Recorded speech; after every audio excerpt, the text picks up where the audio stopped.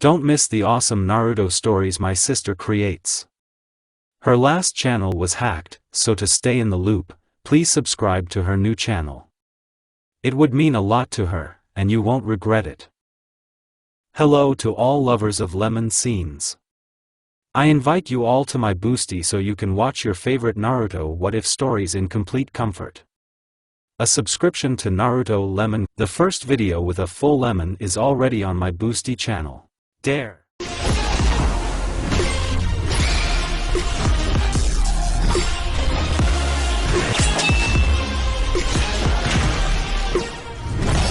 I throw another smooth pebble, and it rushes along the silvery surface, mysteriously flickering in the moonlight, leaving streaks on the water.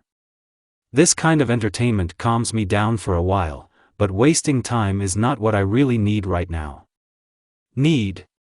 What a mysterious word. Sometimes I often confuse what is actually needed and what is important. And am I in the right state to carry on philosophical nonsense? But what's the difference? The council will not begin until I arrive, since the presence of the village head is mandatory. I stare into the distance for a few more minutes and breathe in the cool, refreshing air, and then I leave. What does it mean to live here? Many generations of shinobi have given their lives to protect and prosper Konohagakure, but even their devotion and honor cannot justify wastefulness and madness. Some of them were too self-confident and susceptible to ambition, just like any other people. I thought a lot about Konoha's external conflicts and internal routines, and came to the conclusion that our system is far from ideal. The activities of other Hokages were effective and significant, but by no means productive. I would prefer more restrained measures that would allow us to preserve the younger generation, and not destroy it even before the development of full-fledged shinobi, who were supposed to become the support of the village. We deprived ourselves of the future. What can I say? The psyche of teenagers is susceptible to breakdowns, and any misfortune can turn them into embittered, uncontrollable killers. Certainly, experience and skills are acquired through constant practice, but war sows discord and hatred, so I am against young people going out on serious missions outside the village. First, you should teach them the art of cooling the heart's feelings and freezing the mind, since not any excitement is permissible. I would change a lot, but while I am in the body of a teenager, I cannot reveal my role in everything that happens. The third Hokage handed over the title to me as his successor after the death of my father, but a 12-year-old boy at the head of the village is more than strange. My main mission was the role of an eccentric boy, and what can I say, it was difficult for me. Constant lessons at the academy became sheer torture, and I had to lower the level of my skills in order to annoy Irika. Yes, and this feigned desperation that I put on because of the hatred of Konoha's adult generation was tiring me. I couldn't tell them I didn't care because it would have gone against the plans. After all, a little boy is unlikely to be able to overcome his despondency due to unpleasant public opinion. Kyubi often tells me that people actually believe my lies. Yes, I myself notice that as soon as I make a mistake, they are no longer surprised. They are used to thinking of me as a fool. Do you really think that you should participate in the Chunin exam? Kyubi asks in a calm voice, as if floating out of the framework of my subconscious. I wince. His constant habit of appearing unexpectedly does not add joy to my spoiled mood. I dream of becoming Hokage. How can I just give up on such an aspiration? I say mentally. I can just see the fox's malicious smile. Forgot. It has long seemed to me that you are an old grumpy ant. I don't see you, I look at the world through your eyes, Kyubi justifies himself. I remember. You live like a parasite, I joke, trying to bait the fox and respond to his ridicule. But, mind you, I am useful, he adds indifferently. Yes, indeed, it was Kyubi who became my educator and guide in this life. After my father sealed the fox into me, the nine-tailed demon was unable to keep his memories under control due to the hatred eating away at him. The failure led to the fact that the child's worldview and consciousness began to quickly develop, although the fox specifically blocked my power. He did not want to share his knowledge with a person, because people imprisoned him in the body of a child and deprived him of his freedom. But time passed, and I grew beyond my years, physically remaining fragile and a little fool. When our first conversation took place, I gave solid reasons for the demon to understand that cooperation was the best way out of the current situation. By that time, I was about 5 years old, but I could already say with confidence that Kyubi's hatred of his Jinchuriki had faded away. I won't answer how our friendship began. Most likely, we understood each other's positions. It was hard for me to be around peers of my physical body, and the fox guessed that I realized what it meant to be misunderstood by anyone. He tried to start living in harmony with me, and our joint training benefited our overall physical condition. We still couldn't come to terms with the fact that we had to live in the body of a child, so we were looking for solutions. Thanks to the Kyubi's chakra, I managed to penetrate the information field of Konoha, but the release of energy was so powerful and colossal that I was in a daze for some time. But when I woke up, I became a different person. Emotions and joy of life faded away. Previously, I could admire nature or human skills, but then all this faded into the background. Kyubi explained that he only feels rage, since it feeds him, but I didn't feel anything. No pain, no happiness, no peace. The ensuing apathy gave me omnipotence, but took away the opportunity to understand people. They pay for everything. I became Hokage, but I did not achieve internal harmony and peace. The only thing I still sacredly protected was the village. True patriotism was not burned out by the troubles that I saw in the fox's memories and the history of Konoha. Everything for my own. I'll probably die with this credo. Sakura, I shout, noticing a friend with pink hair. She narrows her green eyes with displeasure and looks at me. If only you knew, girl, what I really need now, besides another performance. I hope that the girl is at least a little flattered by my attention, otherwise it is completely useless. What do you need, Naruto?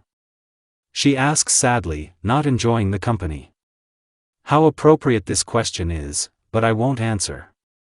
The exam is coming soon. I will definitely beat Sasuke. I boast, adding cheerful and self-confident notes to my voice.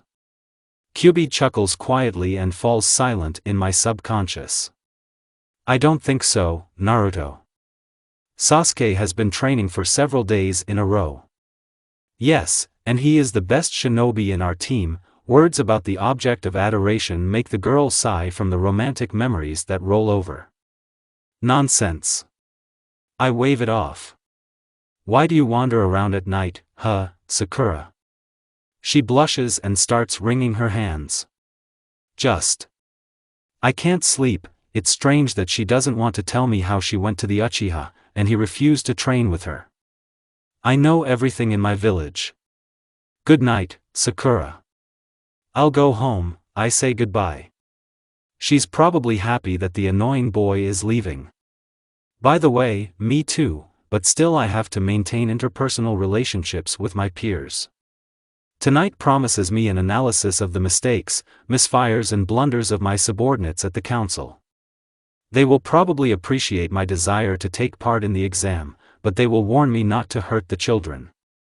Suddenly my peripheral vision catches movement and I turn around.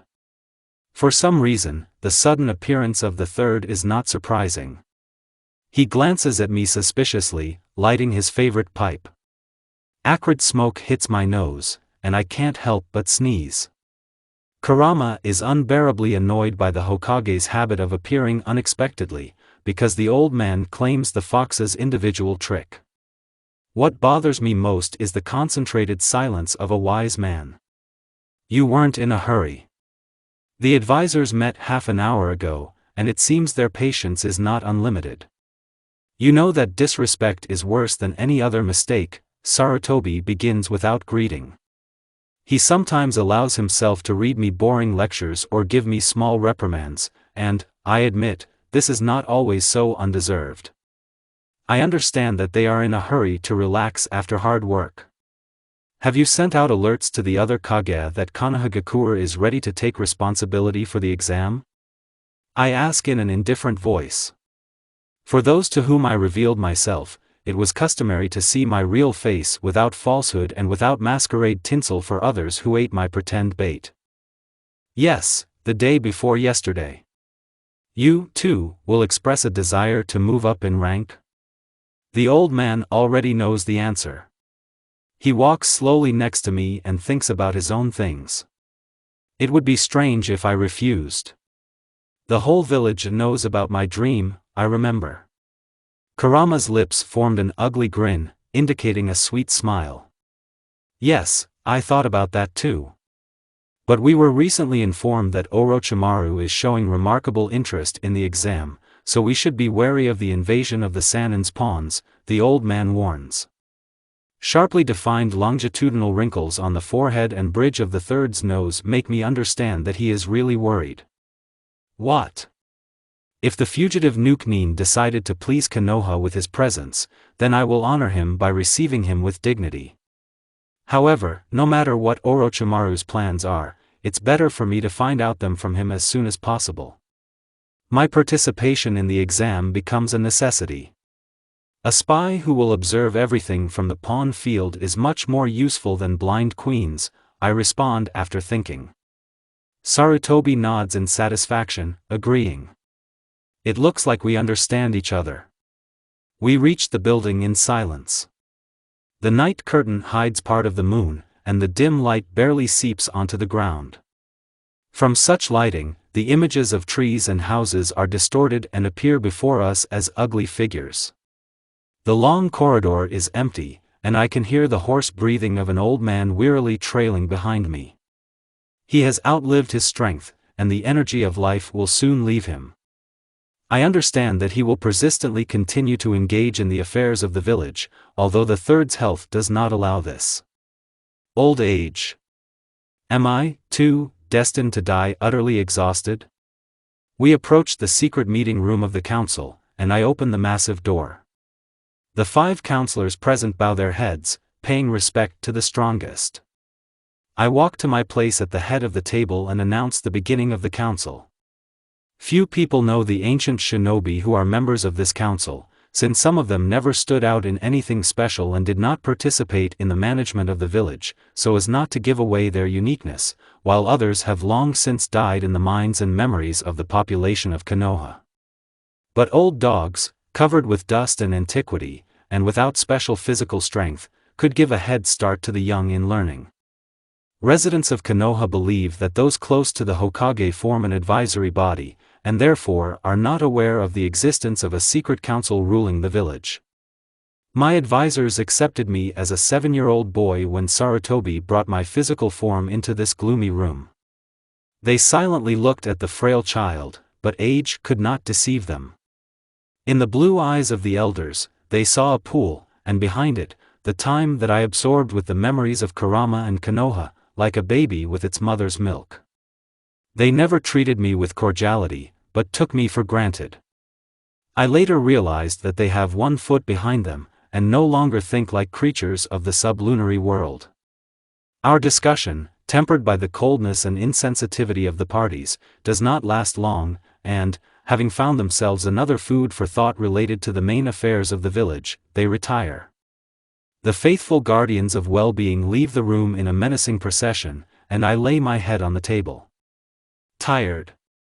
It feels like they have drained all the energy out of me, and now I am a weak-willed rag. Whatever my apathy, they are really hungry, and I cannot surpass their callousness. The day after tomorrow the first stage of the exam should take place, and the list of examiners and tasks still needs to be approved. Buried in the papers, I try to put several signatures at the same time. I can't do this, so, panting heavily, I grab the scrolls. I'd rather deal with everything at home when I get to a place where I can lie down. My lonely den does not greet me as warmly and rosily as I would like. Seeing his native land, Kyubi begins to hum a simple song in my head. In order not to completely get out of control and not to destroy the remnants of the meager furnishings. I drink a glass of water from the tap and again try to understand the contents of the documents. The fox's song reaches its climax. He's definitely trying to annoy me so he can practice some technique. But my endurance will be better than someone else's, so the bored demon has to shut up and go to sleep in the depths of my subconscious. Tomorrow guests from other villages will arrive, and we will need to meet them. In general, holding an exam in Konoha is not only a rapprochement with other villages, but also an opportunity to find out the abilities of their younger generation, that is, military potential. No matter how much the Kage strived for peace between shinobi, everyone wanted to see their village at the head. Vanity, after all. I don't think the Konohagakure Genin will let you down. But how can I look so that everyone will think that my abilities are above average? This time I didn't want to look like a profane, but not because of society's ridicule. It's just that my demonstration performance will force the children to train more, since, in any case, they will not want to be worse than the weakest link. How wonderful is the opportunity to force others to live according to your instructions so that they believe that they themselves are choosing the path. Truly amazing. Behavioral psychology is a great thing and a terrible weapon, and calculating the actions of inept shinobi is not only useful, but also funny. The younger generation will become the army of the future in the skillful hands of a puppeteer, if you pull the right strings, and the fool is the one who chases outdated orders. I don't think that the ancient and proven is bad, but benefit comes first. Don't overdo it, Naruto. Let you sit on the top of the mountain, but remember that the higher you are now, the more painful it is to fall when you fall, instructs Kyubi. I know. Do you think it's a waste of time to compare people to puppets? I'm interested in my friend's opinion. Who knows? Ordinary people often go astray and act irrationally.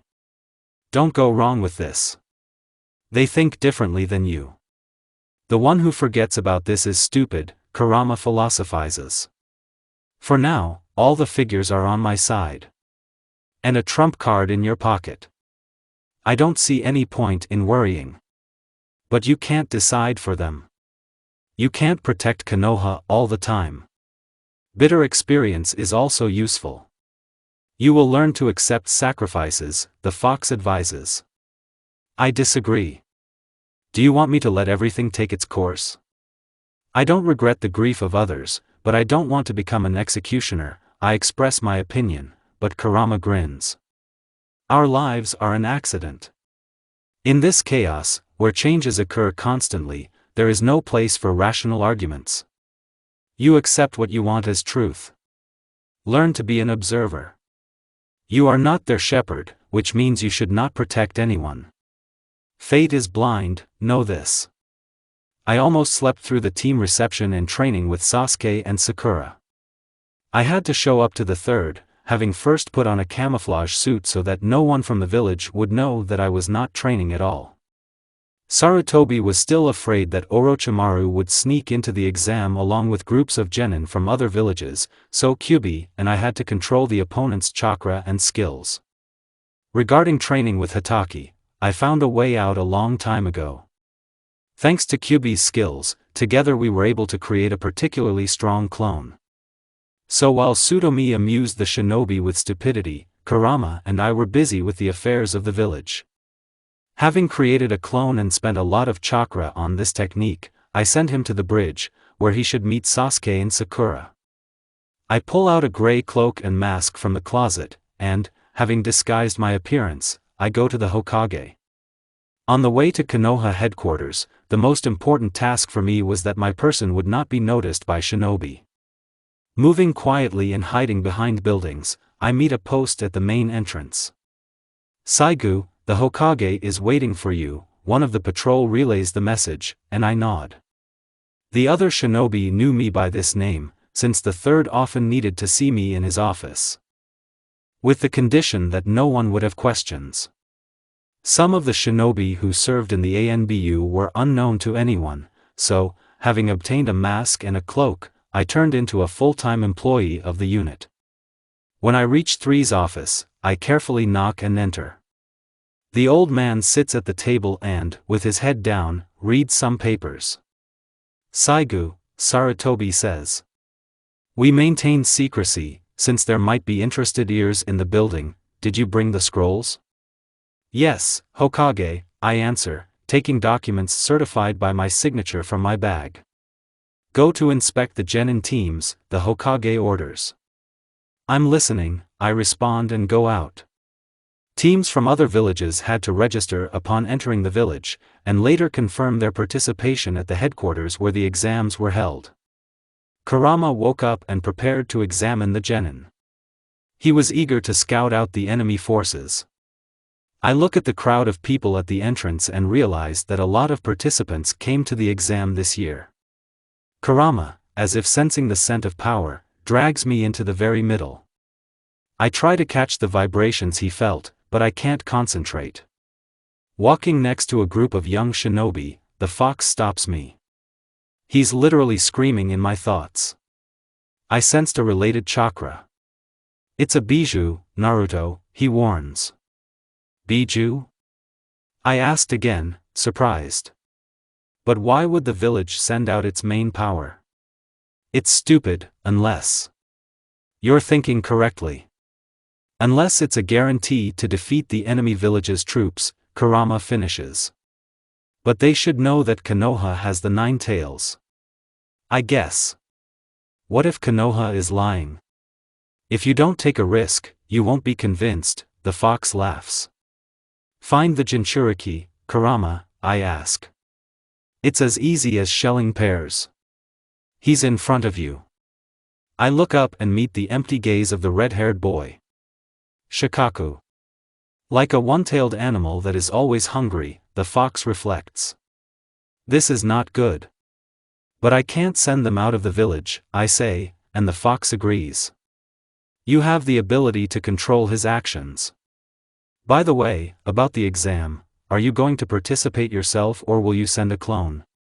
Rather, myself. I doubted it, but now that unusual guests have arrived in the village, I'll have to keep an eye on them, I answer. Wearing a mask is stuffy and your nose itches. Take a closer look at the guys from the village of sound.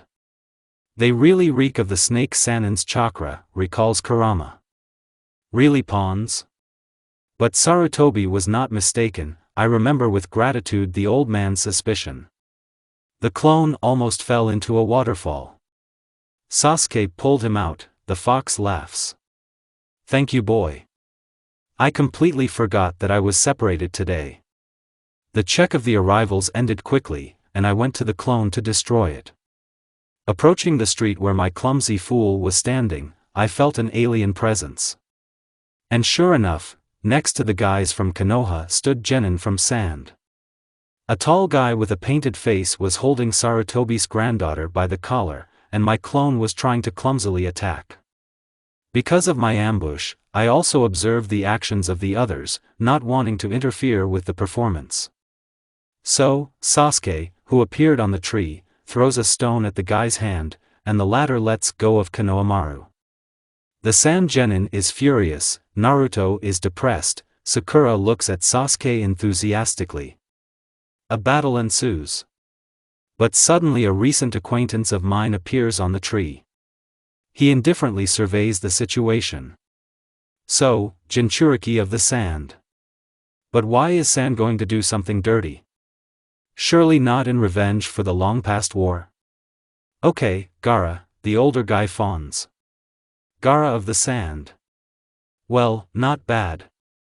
The pupilless blue eyes of the Jinchuriki look at my hiding place. He probably also feels the presence of the related chakra, but he cannot guess why. We're leaving, the little guy unceremoniously declares. His companions are afraid of him. I can feel their animal fear from here. Everyone quickly disperses, and only one of my clones remains standing with a thoughtful expression on his face. I hit him hard in the stomach with a kunai and the technique dissipates. I take off my cloak and mask and hide everything in my bag. Maybe we can do a little training, the sly fox begs. It's possible, I agree. Throwing my bag over the fence, I start running. To conduct training, I need to move somewhere far away from Konoha, otherwise it is in danger of destruction. Evenly increasing the speed, I enjoy the gusts of wind that whip in my face. A few minutes later I reach the border of Konoha and then go deeper into the forest. There is nothing more wonderful than a quick run, and Kurama's chakra gives me the ability to increase my speed 5 times. I finally find our usual training place. What today? I'm interested. Mines, QB answers. The essence of the training was that one of my clones was mining the field, but Kurama separated our consciousnesses, so I did not see and could not penetrate the thoughts of the clone. Then I have to find a way into the forest without stepping on more than one mine, otherwise I will turn into a firebrand. And yes. Let several clones send long-range water and fire techniques at you. This way you will move faster. You love me so much, I laugh. I want you to blow yourself up at least once. If only I could be released, then you and I could train, the fox grins ominously. I start a dangerous move while one of the clones uses the futon technique. I get confused and almost fall on a mine. I throw several kunai at the clone and hit it. Another clone throws shurikens at my back, but I dodge, grabbing them so they don't damage the mines. The third clone uses a fire technique, sending flames at me that cannot be extinguished. I jump and land in a place where I feel there are no mines. One of the clones, at Kurama's instigation, throws a kunai not at me, but at the ground, and then the fun begins. The mines explode one by one, and I rush at full speed towards the forest. What I don't like about foxes is their unique sense of humor. I lie on an old sofa with rusty springs creaking and look out the window, looking at the swaying tree crowns. The relaxation and silence make me think about the work I recently did. I passed the written exam purely by luck. I just screwed around with impunity and didn't even try to write it off. The personal experiment was very successful, since I did not answer any of the questions posed. Oh, I can see how furious Ibiki Marino is. A minus for our education system, we need to write it down. Militant and a little crazy, well, a little, Anko Mitarashi took us to the forest of death, although, naturally, when approving the tasks, I knew about the places where they would be carried out, and left us to be torn to pieces by each other. But, to my surprise, the Konoha Genin did not disappoint, and many other participants did not back down.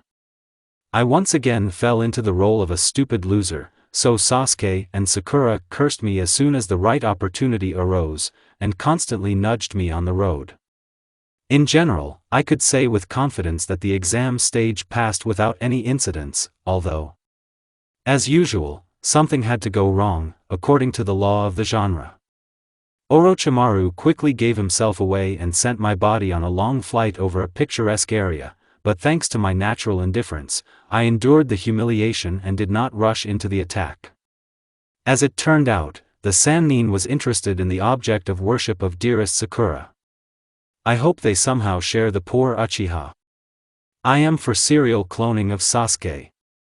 Give Uchiha to everyone, slogans for absolute winning in political debates. Rave. Okay, I won't clutter my thoughts with unnecessary information, otherwise Kurama will get angry for the subsequent headaches. I'm even beginning to suspect that a hitherto unknown feeling of compassion is awakening in me.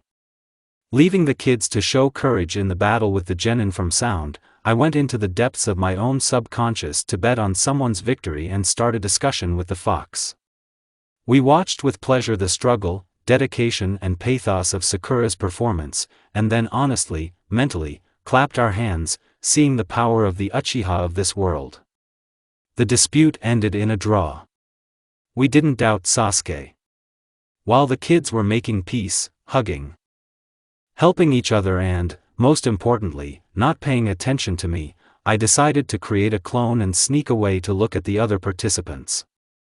Kurama smelled the smell of fresh deaths, so I thought it would be a good idea to control Gaara, otherwise he would take the lives of a good half of the participants, and then I, as Hokage, would rake the decent ones from the leaders of other villages.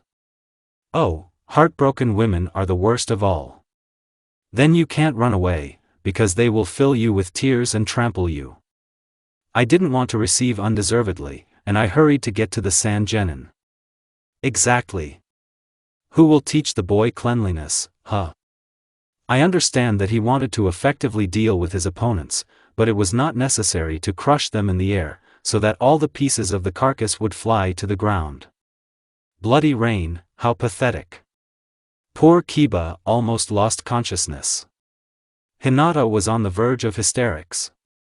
And he looked in my direction, the scoundrel, and I ended up setting up the children, since they were nearby. Why didn't Gaara come? Because he didn't satisfy Shikaku's thirst. Afraid of a stronger opponent? Although, who are the psychos afraid of, I never answered the questions. I don't know how my team managed to crawl to the tower. The only question is, why would Kabuto help the idiots? No, honestly, this is some kind of extraordinary generosity on his part. Maybe we need to take a closer look at Yakushi?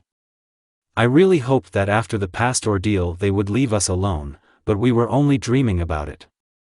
My stupid head completely forgot that I gave the order to conduct more qualifying tests if there are many participants left. So I had to clean up my own mistakes. Kurama laughed it off with restraint. The battles went well. I had to carry out incredible efforts to awaken the ardor of the modest Hinata Hyuga. However, my efforts did not last long. The girl who loved me began to fight more desperately, but her brother almost sent the poor thing to the next world. I rushed to separate them, remembering that in the event of the death of my daughter, Hayashi Hyuga would trample all the thresholds of the third's office, and the old man, at his venerable age, did not need unnecessary worries. That's how generous I am. Sakura and Ino fought with a weak C grade, since their pretentious cries really irritated my childish psyche. It was more like two bitches fighting over a man. Sasuke, you're a man, huh? Well, who do I ask rhetorical questions to? Gaara's little sister surprised me. She quickly dealt with Ten, who used all her strength, but could not achieve anything. My fight became the longest and most memorable. Poor Kiba beat me and beat me. Kicked. But the guy never managed to knock out the idiot Naruto. Frankly speaking, I was terribly bored. And I didn't feel at all ashamed for allowing the enemy to mock me like that. Let him feel the strength and give it his all. Why am I thinking about this now? I just don't understand. Am I raising them correctly? I want to raise children as people, and, at the same time, shinobi. I myself am just a weapon of the village. Yes, the Hokage treated me with understanding and respect, but in his head there is also the idea that he needs to appease Kurama, that is, give the boy a lot of toys so that he does not set his sights on something else. He gave me power, but not freedom. I guessed this a long time ago, but I just can't treat him cruelly for calculation. When you don't have human feelings, you try to invent emotions. Love for the village, affection for its inhabitants, hatred for enemies. But do I feel any of this? Even in friendship with the fox I convince myself. Kurama knows that sometimes I forget that I have a friend. I told him openly and simply, I'm at ease with him, but not good. Don't stop there. You've been digging into yourself too much lately. Do what you like without thinking about why you are doing it, Kyubi immediately advises. In my mind I see him lying down on the floor of his cage. Why? I immediately ask. I'm afraid that by delving into yourself, you will stop even being curious about what is happening in the world. Then the limit will come. You will no longer have anything to live for, explains Kurama. I sigh. How then do you live? With your emotions, the fox's voice comes as if from afar. The fox does not want to continue the unexpected conversation. The limit. Will I ever completely lose control of my consciousness, and is this possible? After all, only thanks to some fictitious moral principles can I restrain myself. What will happen if I lose the last bit of humanity? It's probably better for me not to know about it. For now, it's better not to know. Tomorrow I have to meet with Ebisu. I don't think the guy will teach me anything new, but I need to pretend that I'm studying for the exam. The Kazekage will arrive for the last stage, so the danger of Orochimaru's attack increases. Perhaps he wants to upset Konoha and Suna's relationship. Well, let's see. The sofa creaks disgustingly under my weight because I turn over on my side. I feel tired and close my heavy eyelids. Yes, calling Ebisu sensei was decidedly bold on the part of the boss. The boy is not coping well with the mission entrusted to him to train me due to a lack of experience in educational practice, but the old Hokage urgently asked me not to humiliate an already unsuitable teacher, so as not to completely lower his self-esteem. And so, biting my lip so as not to laugh, I am learning the technique of walking on water, which I mastered 5 years ago. Oh, this is really difficult. I have to put on a concentrated expression on my face to hold back the attempts of sarcastic comments that are trying to fly off my tongue. The guy with an important look adjusts his glasses on the bridge of his nose and grins smugly when I begin to choke on water. Why do I need torture, huh? Your mercy will be remembered in the evening. You will wash your suit and honor Ebisu, the fox grumbles. Yes, he knows that I will be enthusiastically at home, cleaning and drying clothes ruined by wet and dirty water. I am saved by someone from whom I never expected to receive help. Toad Sannin simply sends my unfortunate teacher flying, and then into a subsequent sleepy state, due to the fact that the imaginary guardian of order prevents the older generation from secretly admiring the charms and curves of women's bodies. Sarutobi probably knows that Jiraiya is in Konoha, but the student himself does not realize that this time he will have a serious conversation with the brat. No, of course, I understand that giving away my special secret once again is stupid and unsafe, but Jiraiya, as my godfather, must accept the fox and my adulthood. Why does such a strong shinobi pretend to be an idiot pervert? Although who, if not me, can guess the motives of his actions, I, too, am guilty of open lies. I think we'll get along. My cunning attempts to ask to become his student were harshly suppressed by Sannin. I'm already completely tired of pretending to be crazy. When Jiraiya goes to the river for privacy and I appear there, he grabs my breasts and pulls me towards him. I note, not without surprise, how the idiotic expression on the pervert's face will be replaced by cold seriousness. He looks at me carefully with his concentrated gaze and lets me fall to the ground. I look at his caustic grin. You know, Naruto. Anything but deception.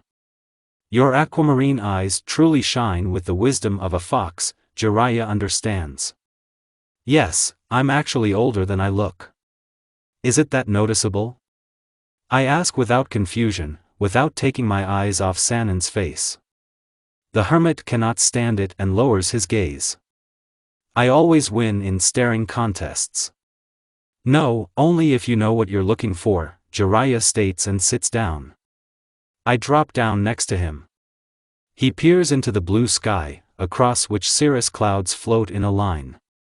I'm not trying to interrupt his thoughts, so I study with interest my palms, covered with scratches and long-lasting burns. The wife of the first Hokage was a very wise woman. She became her husband's first advisor, not counting the second Hokage. Some even speculated that it was Mito who ruled Konoha, while the Hokage was only interested in military activities. Is the fox at the head of the village? Sounds crazy, I laugh restrainedly along with Kurama. So, you are the Hokage now? Jiraiya correctly interprets my mockery. The third one has long wanted to find a worthy replacement. I, you see, am not suitable for serious matters, so he always counted on Orochimaru. Then the little snake rushed into studying forbidden techniques, and power fell into the hands of the Minato branch. If I were seriously concerned about being heard, would tear out some shinobi's tongue, I make an opaque hint. Jiraiya laughs cheerfully, but he also realizes that he is next to a worthy opponent who should not be provoked. This is not a threat, Mr. Jiraiya. Just a reminder. I'm not devoid of the remnants of my sanity to engage in a fight with an opponent who has a surprise inside, he responds, mentioning Kurama. The fox inside me listens intently to the conversation. The council will not accept me. They don't need to know about the wanderer's return. They still don't inspire confidence in me. How about becoming a teacher? If you don't save me from Ebisu's company, I'll die from a hysterical fit, which will happen when I laugh uproariously at the expression on the sensei's face, I propose. The Sannin scratches the back of his head and grins. Okay, I'll go back to training practice, I nod in agreement. It's still unfair, because I'm playing on the fact that the hermit has no way out. The Hokage gives orders to his subordinates, and they must carry them out unquestioningly. Play. Can. I have long been accustomed to hiding behind a mask. I look up to you, teacher, I stand up and bow my head respectfully. Our training goes pretty quickly. Returning to the village, we skillfully play in front of people, again putting on our painted masks. Konoha, how long will I have to protect you? Perhaps, if there had been a worthy candidate for replacement, I would have left power and gone to the destroyed village of Whirlpool, where my real homeland was. That's just it, dreams. The same advisors who strictly build the system according to a certain order would not have allowed me to leave.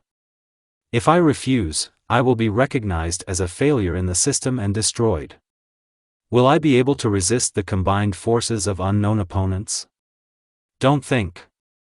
I still do not suffer from vanity and narcissism so as not to notice that the level of my capabilities will not allow me to defeat the council. If I had been capable of this, the fox would have long ago destroyed damned Konoha and rushed off somewhere far away. And so. But life is still in full swing. I go to Shikamaru's training for a few minutes, for which I receive an irritated look from him. Frankly, this guy surprises me a little. His thinking abilities are not inferior to his father's. It seems that in a few years, Shikamaru will eclipse Konoha's chief strategist. Kiba and Shino leisurely stroll down the street and, noticing me, wandering alone and thinking about my own things, wave their hand in a friendly manner. I hope Akamaru and the guy himself aren't mad that I left them out of the finale. I probably would have left, but after the fight between Rock and Gaara, I realized that I did the right thing by staying in the game. The Jinchuriki worried me. How strong is he? Nothing stops you from checking, the fox says quietly. Are you suggesting that I sneak into the Sangenin's rooms? I ask. Although, why not? I quickly get to the building where our guests lived. It's already dark now, and the evening twilight covers my figure, but I still need to remain alert.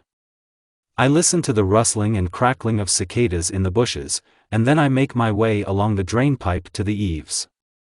I hide in the shadows in time, as several shinobi smoking and noisily talking come out of the building. I should have taken a mask, but now it's too late to regret that if I'm discovered, they'll recognize me. With a light tread I creep along the cornice, looking into the windows of the rooms. And how will I determine where Gaara's abode is? You will feel it. I have a nose for Biju, the fox chuckles. He was happy to drag me into an adventure to unwind a little. I step carefully and climb onto the small open balcony.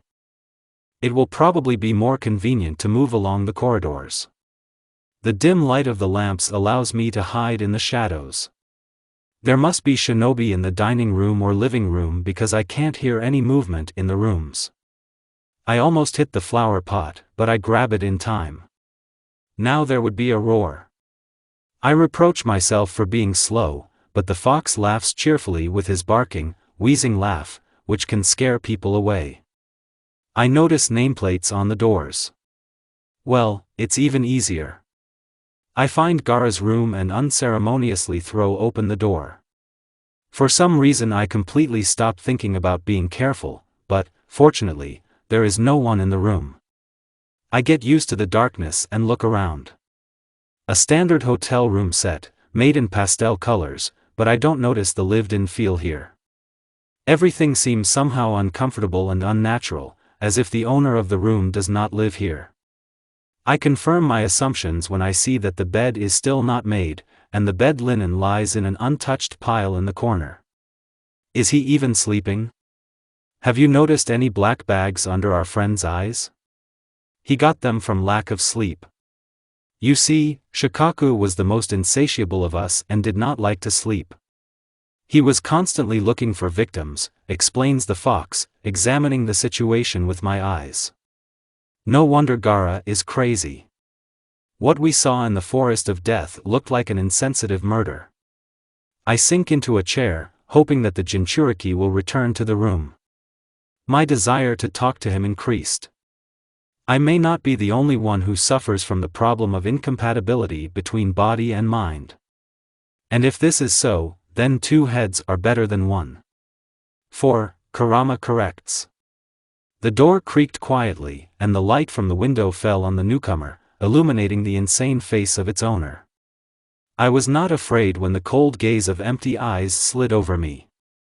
I didn't think I'd meet a Jinchuriki in my room. Why are you here, huh? For the first time in several years, an unpleasant chill runs down my spine. Gaara remains a silent, statue-like figure in the doorway, but his eyes are intently watching the unexpected visitor. He is frankly not happy about my intrusion, although he skillfully hides his emotions. An atmosphere of danger fills the air and, in order to smooth out the roughness and tactlessness associated with my appearance, I begin to speak first. Sorry for invading your territory. It's really not very friendly. But I would like to talk to you, I explain, slowly drawing out the words and not taking my eyes off my opponent. He can make any harmless joke that comes to his mind. I don't want to risk open battle. What to talk about?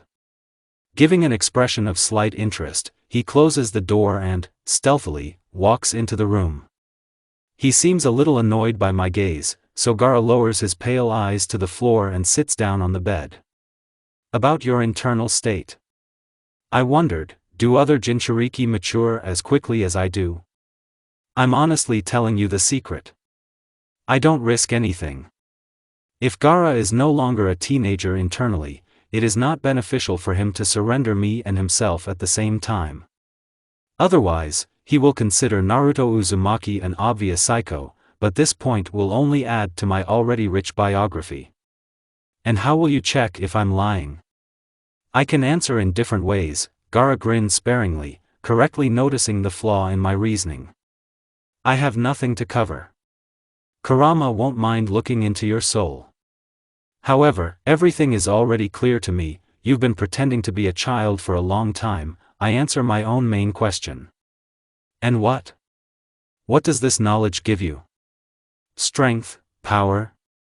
Or maybe feelings? The guy's face takes on a strange expression. He turns pale and his cheekbones sharpen. I would even say that Gaara feels pain, but after a few seconds all his feigned grief goes away. No. Now I know that I'm not alone, I simply say, smiling welcomingly. I try to sit in a relaxed position to put my interlocutor at ease and instill a sense of confidence in him. How many years have you been playing with Konoha? The guy asks quietly, rubbing his white knuckles. He clenches his fists tightly and looks through me somewhere, not noticing my tricks. About 9 or 10 years, I don't know. People are used to hating Naruto and calling him an idiot, I laugh good-naturedly. Congratulations, we are on the same page. Extreme ones, Gaara says, not without regret. I had to kill my uncle and throw a tantrum. If I could feel pain, would definitely say that it hurts. Every day I pretend to be unsociable, putting on a mask of contempt and hatred. It will probably be hard for them to understand that I don't care. Since you've already come, tell me, what's all this for, huh? Shikaku forbids me to destroy the village. But this way I could gain freedom. Although he is called a bloodthirsty spirit, he is not completely insane. I thought it was difficult to pretend to be a psycho, I say, looking at the guy more closely. An idiot, a psycho. What's the difference? Gaara raises his eyes to the ceiling. The main thing is not to give yourself away. I cannot trust those who captivate my consciousness. I hate this baby body. Maybe we should just get a divorce? They threw me a sop, the position of Hokage. Now I force myself to think that I seriously care about the well-being of Konohagakure. I came to ask you not to touch the genin. Strange. Orochimaru and the Sand Village are planning to destroy your Konoha. I am their main weapon, the guy reveals Suna's secret and Orochimaru's plan without even blinking. I nod. Okay, this is roughly what we expected. How do you feel about this? I calmly ask. Gaara smirks. No way. This is just a reason for me to get distracted, a new game, a new meaning to continue my worthless life. I plan to stage another performance on the big stage. I can promise you a great battle between two Jinchuriki. It will brighten up your boredom, I suggest. Gaara forces a martyr's smile. Tell me the coordinates of where to come. I don't mind fighting. Having extracted useful information from the Jinchuriki and leaving his secluded apartment, I pondered Gaara's real identity. Is the guy really so bored that he can only entertain himself by killing? Yes, probably. Actions bring a certain meaning to the life of a genin from sand, only he can be given a new direction to achieve some goal. In this way, I will kill two birds with one stone. I will deprive my opponents of their main strength and gain a trusted person in enemy territories. Do you think it is as simple as it seems? Think about it, the guy may be pursuing some of his own goals. If the level of our general consciousness is high, we can assume that Shikaku specifically set the brains of his Jinchuriki, the fox instructs. I thought you would say that. I really didn't take any risks by having a frank conversation. I doubt him, so I'll keep him close to me. Let him get used to my impudent manner of communication and frequent invasions of personal territory, I explain. Don't overdo it, philosopher, the fox grumbles, snorting. He's in a bad mood right now. Trying not to argue anymore with my inner monster, I go for a visit. To whom? I have many candidates. Almost midnight, the glow of distant stars. Romance, in general. Oh, I'll visit our brave warrior. I get to the house where the notorious representative of the Uchiha clan lives in record time. Perhaps Konoha has already forgotten that Naruto Uzumaki is very capable of tricks. I've always wanted to learn how to draw, but it seems like I never really had enough time to practice. I find cans of paint hidden in the bushes from last time. Contemplating the creations of my brilliant thought, which broke free, I involuntarily note that this time Sasuke turned out quite similar to himself. Well, if you take away a few blots, the fat left side, thin stick legs, then it's very similar. Oh, I forgot the Sharingan. I make 2 strokes of red paint. Order. But the Uchiha is unlikely to be happy when he sees such paintings on the walls of his house. But, nevertheless, I dare to say that I always turn out excellent inscriptions with obscene content. Tomorrow the hero will learn a lot about himself and expand his vocabulary.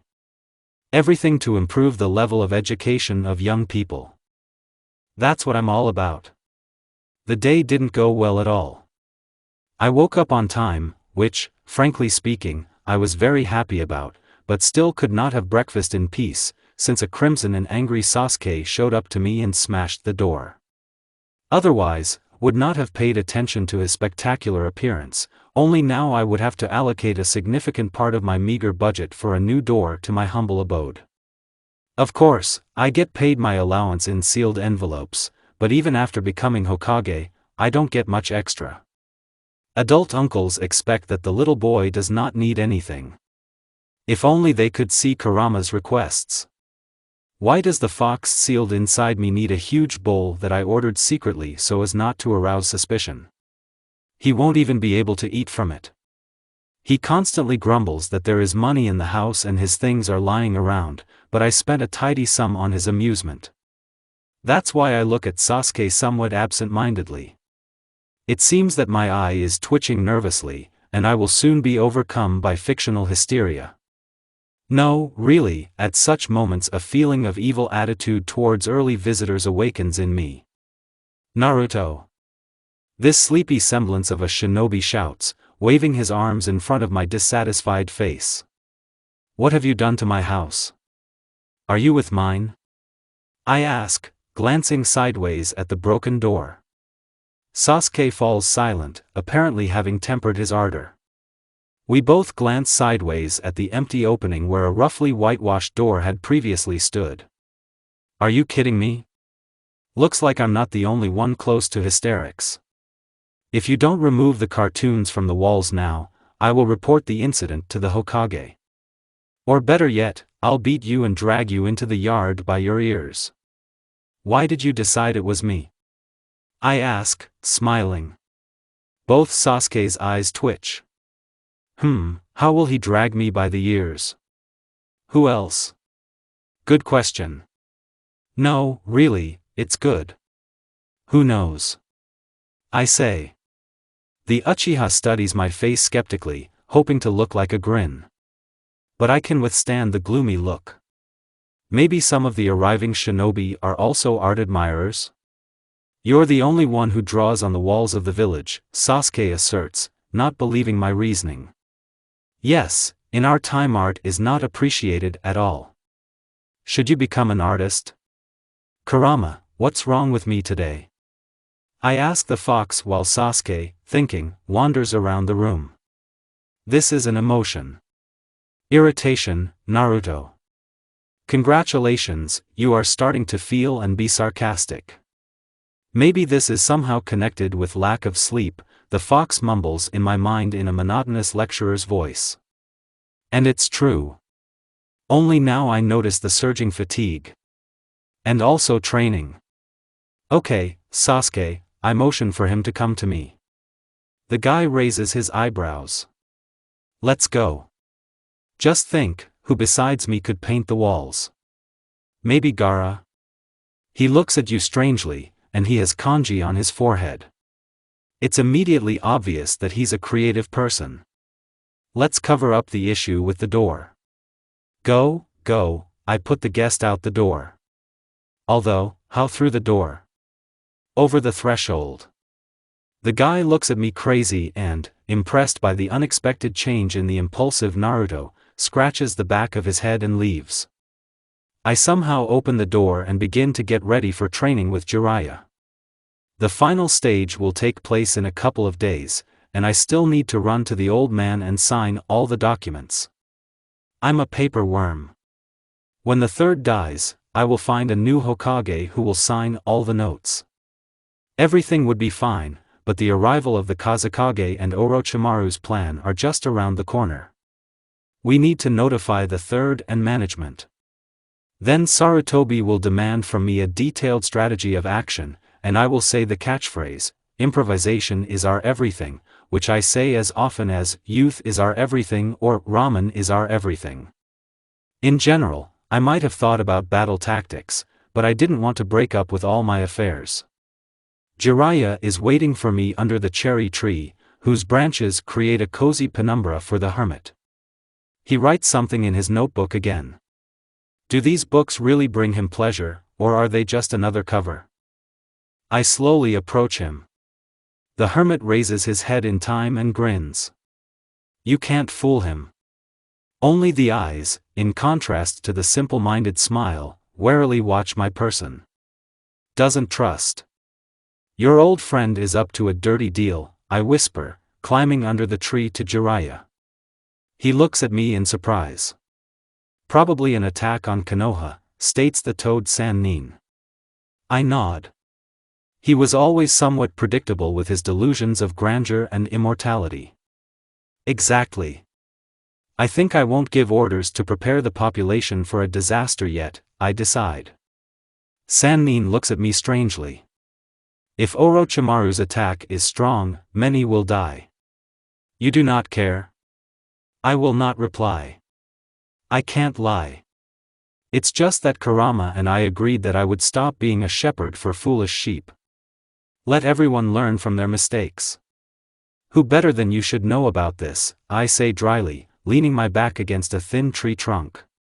Jiraiya freezes. How much do you know? He asks warily. That's enough, I confirm his fears. Of course, it's strange that the legendary Sannin don't live in Konoha. It looks like the village leadership is afraid. They understand that it is thoughtless to let unnecessary force into their domain. What if you would like to encroach on power? Neither I nor Tsunade thought about this, Jiraiya says, trying to keep the offense in his voice. Of course, it's hard for him to talk about the fact that his native village forbade him to live within its borders. He was forced to look for his home on wanderings, so he was unable to start a family. Tsunade, having lost her loved ones and homeland, began to drink too much. This is what winners do to heroes. I spit on the ground. I know. You suffered because of Orochimaru. Shall we start training? I suggest, getting up. Jiraiya explains to me several basic points about the summoning technique when Anbu shinobi sent by Danzo begin to loom next to us. Shimura is concerned about the return of the Sannin and my training, so he decides to take a closer look at the main contender for the position of Hokage. Everyone has long known about the situation in the political arena. I make several unsuccessful calls. Jiraiya shows feigned frustration. He learned acting over many years. While killing time on useless practice, we think about something completely different. The hermit is worried about what I said about Orochimaru, and I can see it. The time will soon come when I will have to choose, whose life to save and whose life to sacrifice. And Orochimaru and Suna's plan is not the only thing that worries me and Kurama. The fox often says that it was no coincidence that he was sealed into me. He begins to feel the thickening of the clouds in the cloudless sky. I feel pain in my temples and some tension in my muscles. Niji's technique surprises me. It's not for nothing that the Hyuga clan is famous for its unique eyes. The one who considers their vision capabilities to be weaker than the Uchiha Sharingan is stupid. I deflect the last attack only thanks to my speed. Outside observers do not notice that my injuries are not serious, although I have been playing the victim for half an hour now. In vain, after all, I decided to collect all the cones for myself. I could have limited myself to a clone. And why do I need such a warm-up? From the outside it looks like pure mockery. I notice a grin hiding in the corners of the Hokage's lips. He doesn't understand me. Just like, in other respects, Gaara, who looks at our funny fight with skepticism and even irritation. Yesterday I talked to him again about the fight between Konoha and Suna. He agreed to refrain from causing damage to my village, but did not promise that he would restrain his militant compatriots and Orochimaru's group. Now the hermit contemptuously twists his face so that I feel his displeasure. He is sometimes somewhat vain and loves to win, but in his last fight with Lee, I noticed that the guy also plays with his opponent. Gaara truly appreciates the aspirations and efforts of his opponent and squeezes the last strength out of his opponent. Probably like me. I knock out Niji with a powerful blow. He must understand that rage and resentment do not give victory. Do not move the world. If I let a guy win, he will never think about the fact that he is not on the right path. I have enough of the nascent revenge in Sasuke's soul. By the way, the latter has been seriously worrying me lately. Ever since Orochimaru put the seal on him, the guy began to break down more often. His unbalanced emotional state poses a threat to order in the village. Although what order am I talking about if I know that in a couple of hours an attack on Konoha will begin, and I still haven't warned anyone? The agreement with Gaara stipulated the condition of our non-interference in the battle. We agreed to leave the village to reduce the increase in destruction. Caring about the budget, of course. Today the Hokage must show his courage towards his native village. He has a duty to protect Konoha. My inner indifference fills my consciousness. I know that Sarutobi may die in battle, but let it be as it should be. Kurama convinced me not to interfere and do everything unnatural. If the journey of the third shinobi ends today, I will feel nothing but slight sadness. It's sad to lose capable shinobi. But the Hokage is old, and a weak leader cannot remain at the helm. Death and honor are the best things that await him. In any case, this is the military path, which is different from death from disease and antiquity. I'd like to die like this. Someday it will be like this, Kurama responds calmly. I know. I don't think I'll be scared. Are you afraid? Hardly, the fox agrees. Your curiosity and persistence in certain things amazes me. How will Konoha feel when the battle begins?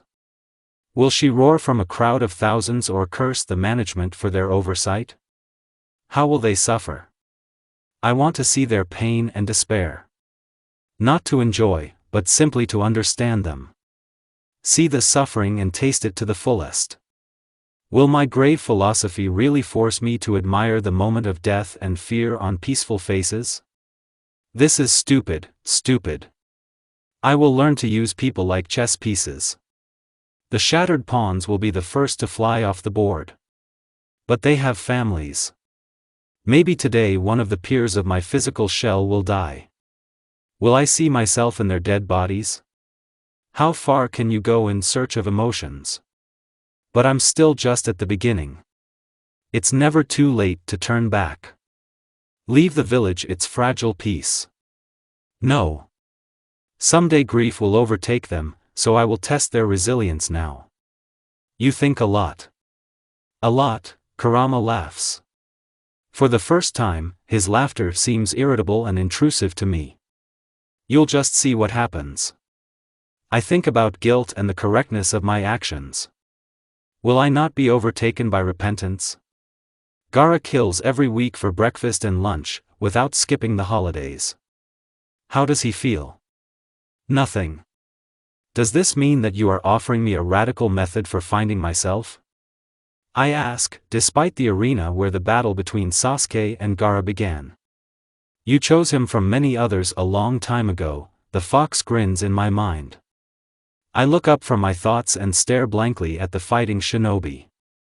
Fight is the essence of our life. He saves us, makes us feel needed, distracts us from the past, present and deprives us of the future. We fight for freedom, loved ones, honor and homeland. We kill for insult and on a whim. We earn money from battles.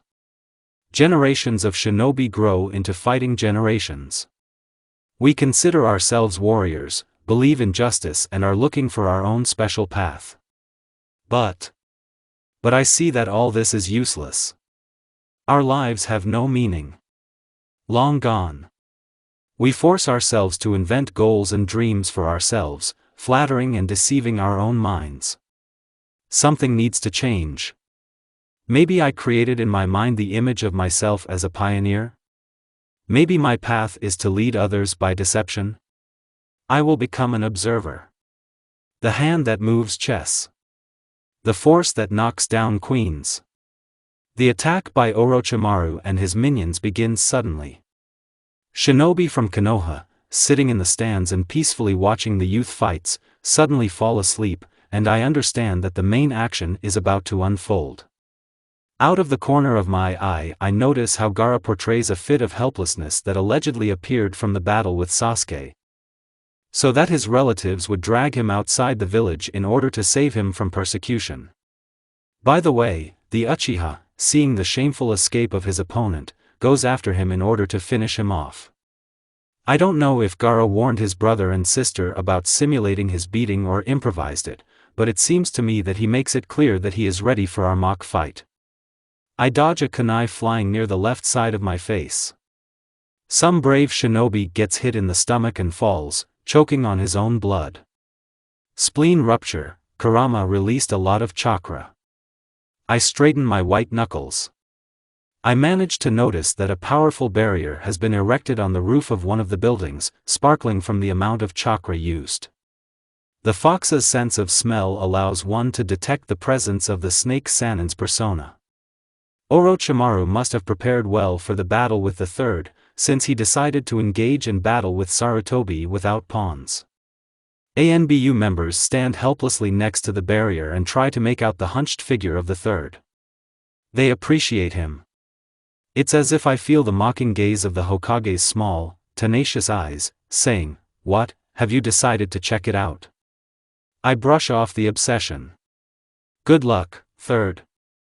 "Naruto, Sasuke." Disheveled Sakura shouts, beckoning me with a gesture.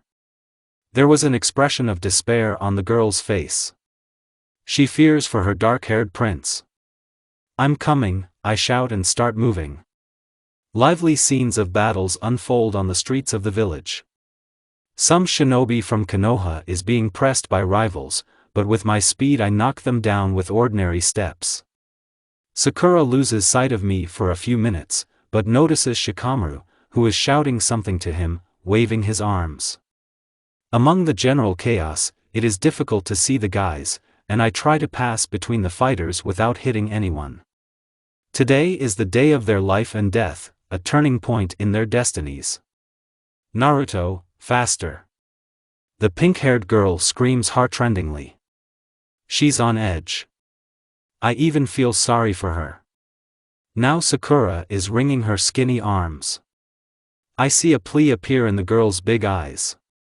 She's afraid of it. Afraid of pain and loss of loved ones. I silently join the small procession, which includes Nara. How insignificant all these people around us seem. They die like flies, collapse from powerlessness. The sweet aroma of blood hovers in the air. The wounded shinobi hide their injuries and rush into battle again. The warmth has not yet left the bodies of the dead. How comical their faces were when they met the face of death. They were not ready. They were useless. Did you see their pain? The awakened Kurama asks. Yes, I respond briefly. It is unpleasant to stay in the village now. What does she look like?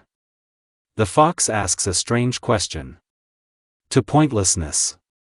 Or rather, it is meaningless, I respond, peering into the face of the unknown shinobi. A couple of seconds are enough for me to see surprise in his fixed gaze. It will all stop soon, Kurama assures. Yes, but I need to keep my promise. I manage to notice that ninjas from sound are starting to chase us.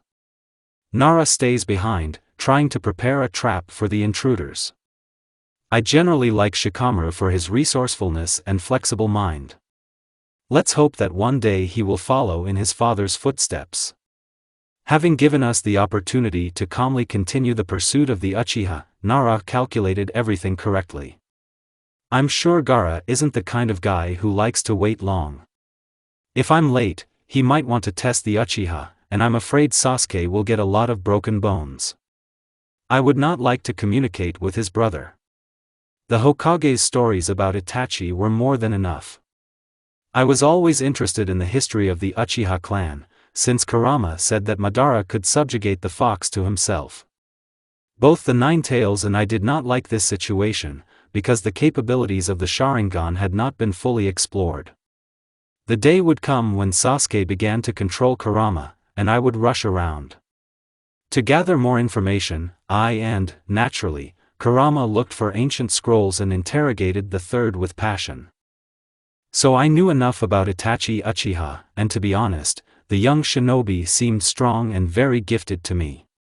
Considering his fate and actions that were known to me as Hokage, I considered his callousness equal to my own indifference. We walk a few more meters before it stops. Sakura is already wheezing. Her breathing hitched. Will you rest? I ask. She shakes her head, unable to say anything. Gathering all her will and strength into a fist, the girl squeezes the last juices out of her unfortunate body. I shrug and continue following her. The chakra power emanating from the battle site can be felt from afar. I see Sasuke miss a strong blow. His cursed seal has already activated, but it does not save him from Gaara's attacks. The hermit allowed himself to slightly transform his outer shell. After a couple of glasses of sake, he might have looked cute, but now his sandy-colored muzzle seemed anything but cute. Sakura rushes forward to protect Sasuke, but Gaara captures her with his technique. Looks like he's too bored. His sister, Temari, peeks fearfully from behind the trees, keeping her distance. Has Gaara really intimidated his relatives so much that they are terribly afraid of him? Emerging from the trees with a battle cry to encourage the masses. Gaara grins sarcastically, trying to make his smile less noticeable. I start attacking with weak techniques, trying to provoke the enemy. He probably would have raised his eyes to the sky and loudly cursed, but our battle would be written down in history by contemporaries and eyewitnesses would add their comments. Battle of two Jinchuriki. What a spectacle it is. I'll demonstrate my cloning skills, I think. You take it small, the fox laughs. Well, the clones will really ruin his appearance, I make excuses. And the fox is right, you take it small, an unknown hoarse voice appears in my mind. I don't even have time to be surprised. Shikaku, get out of my Jinchuriki's brains. Kurama pretends to be indignantly indignant. He's probably glad that someone came to visit him. If only we could drink some tea, yeah. I've settled in quite well. At least you have a cage, but it's clean and tidy. You should have seen my mansions, Shikaku rants, as if looking around. We are fighting, if anything happens, I remind, and the voice of the one-tail disappears from my consciousness. The look of Gaara's narrow eyes becomes more meaningful and laughing. He suddenly exhales a strong wave of air, tearing all my few clones into pieces. Why, one wonders, did I even waste chakra? I fly about 3 meters away and land on a tree branch. Just a little more and I would have knocked off the soft spot. It's time for the secret pain technique. I take out a kunai with explosive seals. How will my cute big-faced friend react to such a high-quality nasty act? Will my action become a moment of his personal shame? I'm creating several clones. Gaara rolls his eyes. Yes, he probably thinks I'm going to repeat the last attack. You don't know what awaits you, hermit. My intelligence and sense of humor have never failed me. True, the fifth Hokage's humor is unique and understandable only to him. Gaara again destroys my shadow cloning technique, but, relying on speed, I managed to put my insidious plan into action. It's a pity I don't see his surprised look. The seals are activated and I am carried away by the blast wave. The sand miracle looks pretty dented, but is immediately overgrown with a new layer of sand. He makes several ineffective attacks on my esteemed carcass, only now I decide that I am ashamed to receive injuries from spitting techniques. My performance in the exam was enough. I am creating a multiple cloning technique. It takes a lot of chakra, but it doesn't upset me. It seems that my opponent has begun to show more enthusiasm for the battle, and don't forget that Sakura is nearby in a sandy paw and Sasuke is lying around. I've had enough misery. By the way, how is it in Konoha? The clones inflict multiple blows on the hermit, but it seems that he is still quite capable of smashing my head on some stone. Gaara's body looks like a shapeless heap, but suddenly he stands up and grabs me with the sand coffin technique. Smart, nothing to say. The victim is unable to move or use any techniques. While my hand is free, I use the call. The only, in general, correct decision at this moment. Gamabunta throws a long, dramatic tantrum, and I, knowing how much the Toad King loves flattery and worship, persuade him. Gamakichi is trying hard to help me in order to get my father to participate in the battle. It seems that Gamabunta realizes that part of the glory will fall on him, and agrees. And how can I defeat Shikaku, who was released by Gaara? Use the right strategy, the fox prompts, yawning lazily. I snort. Your advice is very useful. Is it okay that I already know this? Would you like to take part in the battle? I want to remind you that you were carried away by the battle and did not notice how a couple of people from the route appeared nearby. Shimura specifically sent them to follow the battle, the fox reproaches. Think about it, if you let me out, you'll show them that you can control the Ninetails itself. This will naturally create unnecessary questions and increase control over us. Shimura doesn't need a force in the village that could come into conflict with him. You know, he removes his opponents quietly. What if you remove him himself? I'm interested. Stupid. Danzo is not a problem. Only behind the back of any significant figure are unknown owners. Yes, and Shimura's connections in other countries are not in our favor. The world of shinobi is much more complicated than it seems. Political issues are especially difficult to understand, so I never wanted you to meddle in politics. And the Hokage perceived our post more with fear than with joy, Kurama mutters quietly. Lately, for some reason, he has been overcome by unreasonable fears. But about politics, he is absolutely right. Gamabunta jumps and attacks Shikaku and cuts off the sand monster's paw. Biju doesn't seem to notice the loss. It spews out a wave of air from its mouth, which we almost fall into. The battle drags on. And Gaara is not simple. I need you to use the replacement technique. You need something with claws and teeth. Gamabunta asks. I'm thinking intently. And big. We are hiding behind the fog. I wonder if Shikaku will understand that it's not Kurama who's flying at him, but just us in disguise.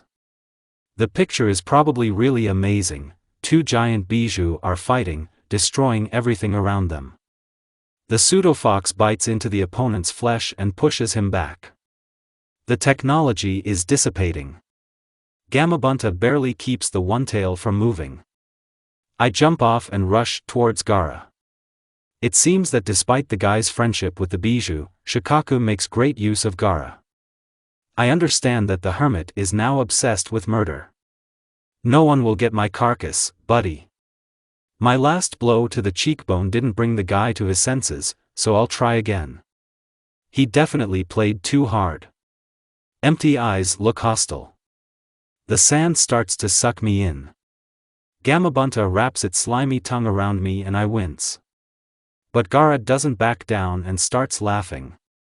Yes, he's crazy.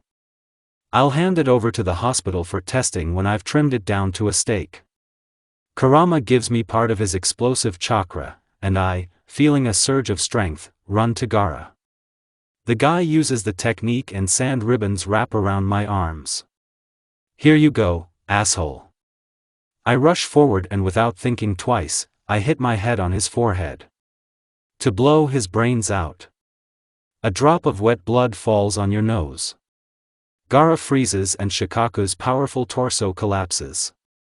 The brownish sand sparkling in the sun settles. I land on some green hill and look at Gaara angrily. The battle will last until the last blow, and I need to knock out the boy. I'm running away. The guy does the same. I swing. And I hit him in the cheekbone with my left hand. Gaara's carcass falls to the ground, and I fall after him. What a warm-up. Even the muscles on my face are probably pulling.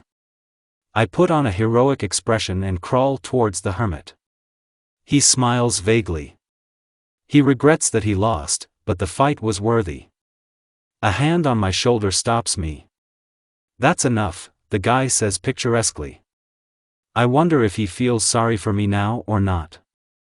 Gaara is taken away by his relatives. They silently drop down next to their brother's body and, grabbing him by the arms, leave.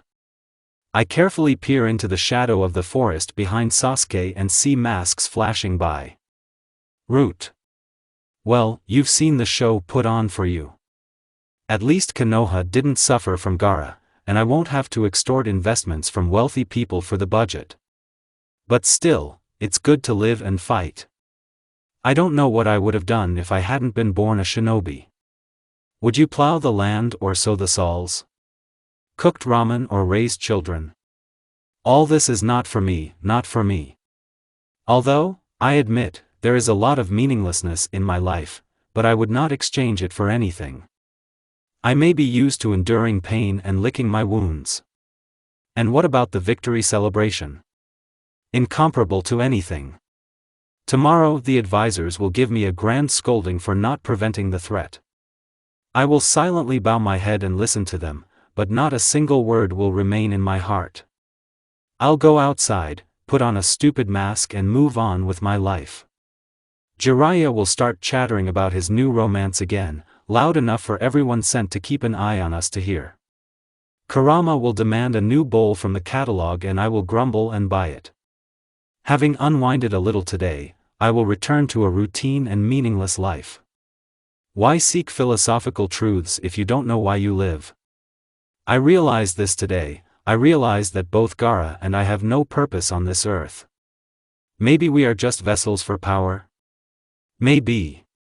Life in the village is being restored.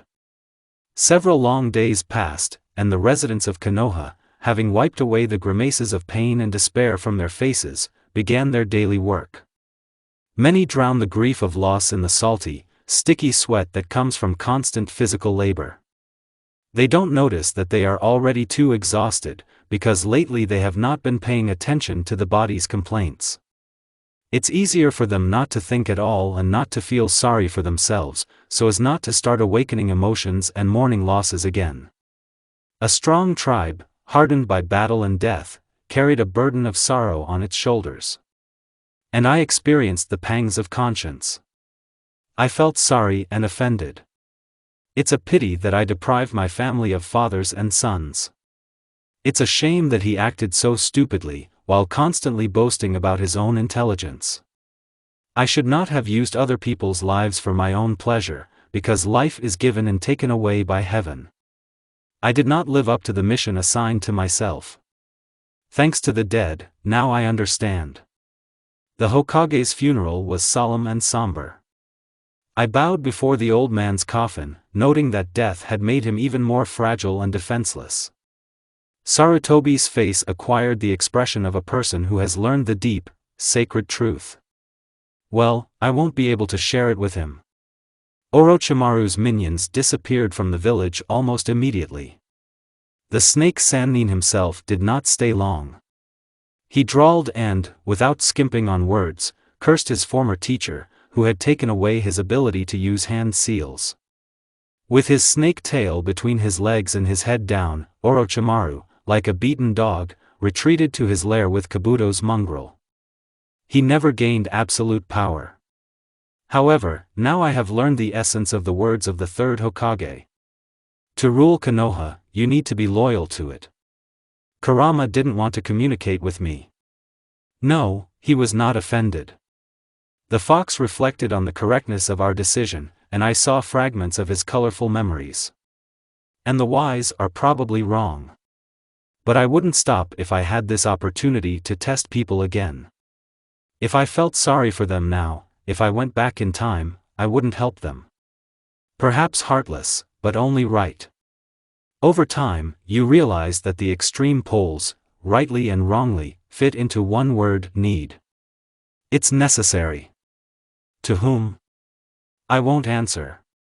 All the wounded and injured were taken to the hospital.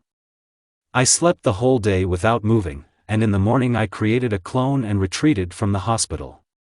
The council was not happy to see me, because it did not understand the cynical act. But this time they could not contradict me. Danzo literally fluttered, hoping that the post of Hokage would go to him. He did not yet know the council's plans. The men in dark cloaks decided that they needed to choose one of the two Sannin. I winced. Bring back the offended and strong shinobi? I have never heard a stupider idea. Of course, I was appointed to assist the formal leader, but there was no confidence that I would have kept Jiraiya or Tsunade from acting rashly. Resentment is resentment. And the old guys are vindictive and disgusting. Unexpected guests visited Konoha. When Itachi Uchiha and his companion entered the village, I was finishing my second helping of ramen. I didn't like the sudden end of breakfast. I assumed that, having learned about the death of the Hokage, Itachi would come to put in a good word for his brother, but would not reach our little paradise so soon. As far as I remember, the last time he had an important conversation was with Shimura. After that time, Danzo sewed several more eyes onto his hand. It's safer this way. Mutant Collector. As a result, a fairly large group of people rushed to greet the guests. It's called, I wanted to do things quietly, but then they made a pun with dancing. After Might Guy's performance and Sasuke's vindictive statements, I also wanted to intervene, because my head was spinning and my brain was boiling. I promised myself that I would take revenge on Sasuke, who appeared everywhere with funny pictures on his fence. I will give good things to people. Itachi must have gotten rid of his family because they wouldn't let him live in peace and smoke in the shade. This is already awakening in me the unfinished and on one side severely crippled sarcasm. Jiraiya tried to defuse the situation. Sannin literally set our esteemed guests on fire, possibly planning a roast for dinner. But the teacher failed to implement his plan. And okay. From recent events, I also remember Gaara's invitation to another friendly duel, but, mindful of the general destruction of my village, I tactfully refused. While I'm galloping through the desert and wasting chakra, an enemy could attack my disarmed and sparsely populated Konoha, or Old Man Danzo would stage a coup, plunging the village into the abyss of a totalitarian regime. The only thing I needed was a dictator in his person. Having deprived myself of the joy of massacre, I got down to routine work. My skills in cloning techniques were only appreciated when I helped the repair crew. It is, of course, unbecoming for a majestic person to do dirty work, but Kurama promised me a magic kick if I don't do something worthwhile. I didn't think how the fox would carry out his threat, so I rushed to work, once again, hoping that Kurama would deprive me of another brainwashing. One day I went to Ino's flower shop and saw Sakura. When a pot of chrysanthemum flew at me, I realized that I lacked gallantry and tact in communicating with girls. Having learned my lesson, I hastened to retreat from the dangerous place, because Sakura had some kind of rag in her hands. Maybe people don't like being told the truth to their face? Communication with peers did not attract me and did not make me happy. I locked myself at home and, buried in documents, began to sign them. Don't believe it if they tell you that signing is an easy job. The fingers of my right hand went numb, and all evening I wandered around the room like a cripple with a stump. The courier brought a new bowl for the huge red creature that was hiding inside me. I accepted the order and thought for a long time about where to put the small bathtub. The furry miracle stretched its mouth in a smile of tenderness and sent mental compliments to me. Communicating with your own consciousness, what could be worse? Closer to midnight, when I had already crawled into a soft bed and was ready to fall asleep, someone rang the doorbell. Meeting Jiraiya, who has drunk a fair amount and is pouring burning tears onto the rug, is such happiness. Toad Sannin complained to me for a long time about women's cunning and sniffled. At that moment I cursed all kinds of nightlife establishments in which the old man could get completely drunk. I no longer wanted to listen to the next batch of stories about the adventures of the decrepit Don Juan. Having somehow put the guest to sleep, I returned to my bed. At night I felt like my eardrums would burst from his snoring. Indeed, for this you can be kicked out of the village. In the morning I could barely scrape myself out of bed. I was greeted by Sannin's cheerful face. Question: where are my boss life privileges? What happens if an unintelligent imbecile is left without proper supervision? He probably begins to do as he sees fit. But he doesn't know how to think rationally and calculate the consequences of his actions, so his actions are rash. Although, I admit, this is also my fault. Eat. Sasuke long ago decided for himself that training should be of better quality, and decided to become an apprentice to Orochimaru. I wasn't particularly surprised, but my conscience stirred somewhere in my brain. Do you know that this capricious lady loves to sharpen holes in her temples and delve into gray matter? Previously, only Kurama was involved in brainwashing me. And so he calmed down. Naturally, I decided to think about what the Uchiha's choice would bring us, so, in order not to waste time, I ate a couple of servings of ramen. On a full stomach, quite serious thoughts creep into your head. They quickly disappear on me, but that's another topic. So Sasuke is a nuke nin? I can stop the Uchiha only if I smash the boy's head and put new brains into his pot. Talking to a deaf person is useless, and counting on our friendship is pointless. I could let everything take its course and say goodbye to the rebellious clan, but I'm afraid that the council and Itachi will not approve of my decision. The advisors were well aware that Sasuke's brother, while participating in a secret mission to destroy his clan, had saved a lot of dirt on the top leadership. In the world of shinobi, despite the techniques and amazing abilities, information is most valued. Wars are wars, but the art of diplomacy has not been cancelled. Some of the scrolls Itachi took could have cost Danzo and the others more than just their lives. Obviously, we need to try to bring Sasuke back. Although, of course, you can make this attempt visual. But ostentatious effort is not desire, so it is necessary to make sure that the mission becomes a failure from the very beginning. And for this we will use the experience of our ancestors. There is nothing more brilliant than sending genin on missions. And you yourself will go on a journey to see for yourself in everything, Kurama grumbles quietly. He didn't get enough sleep today, so he tried to annoy me in the morning.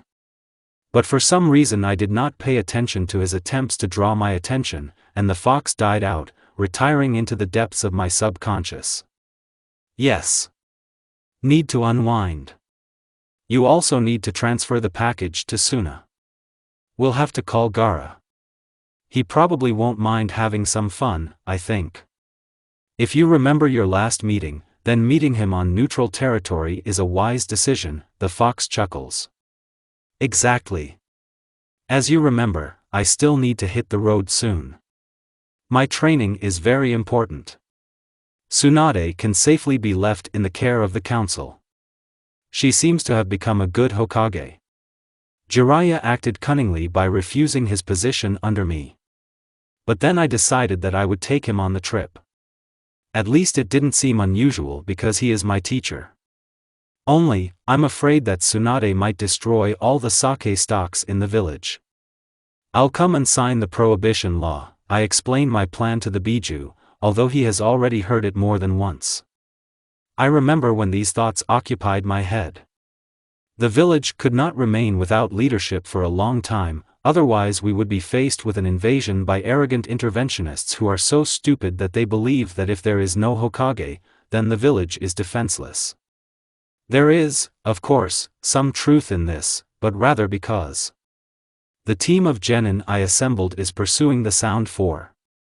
No, if people thought sometimes, they would be surprised why the youth went on a mission without being accompanied by a jonin. But, as usual, no one saw anything wrong. And he was fat. All I have to do is fight Kimimaro and continue pursuing Sasuke.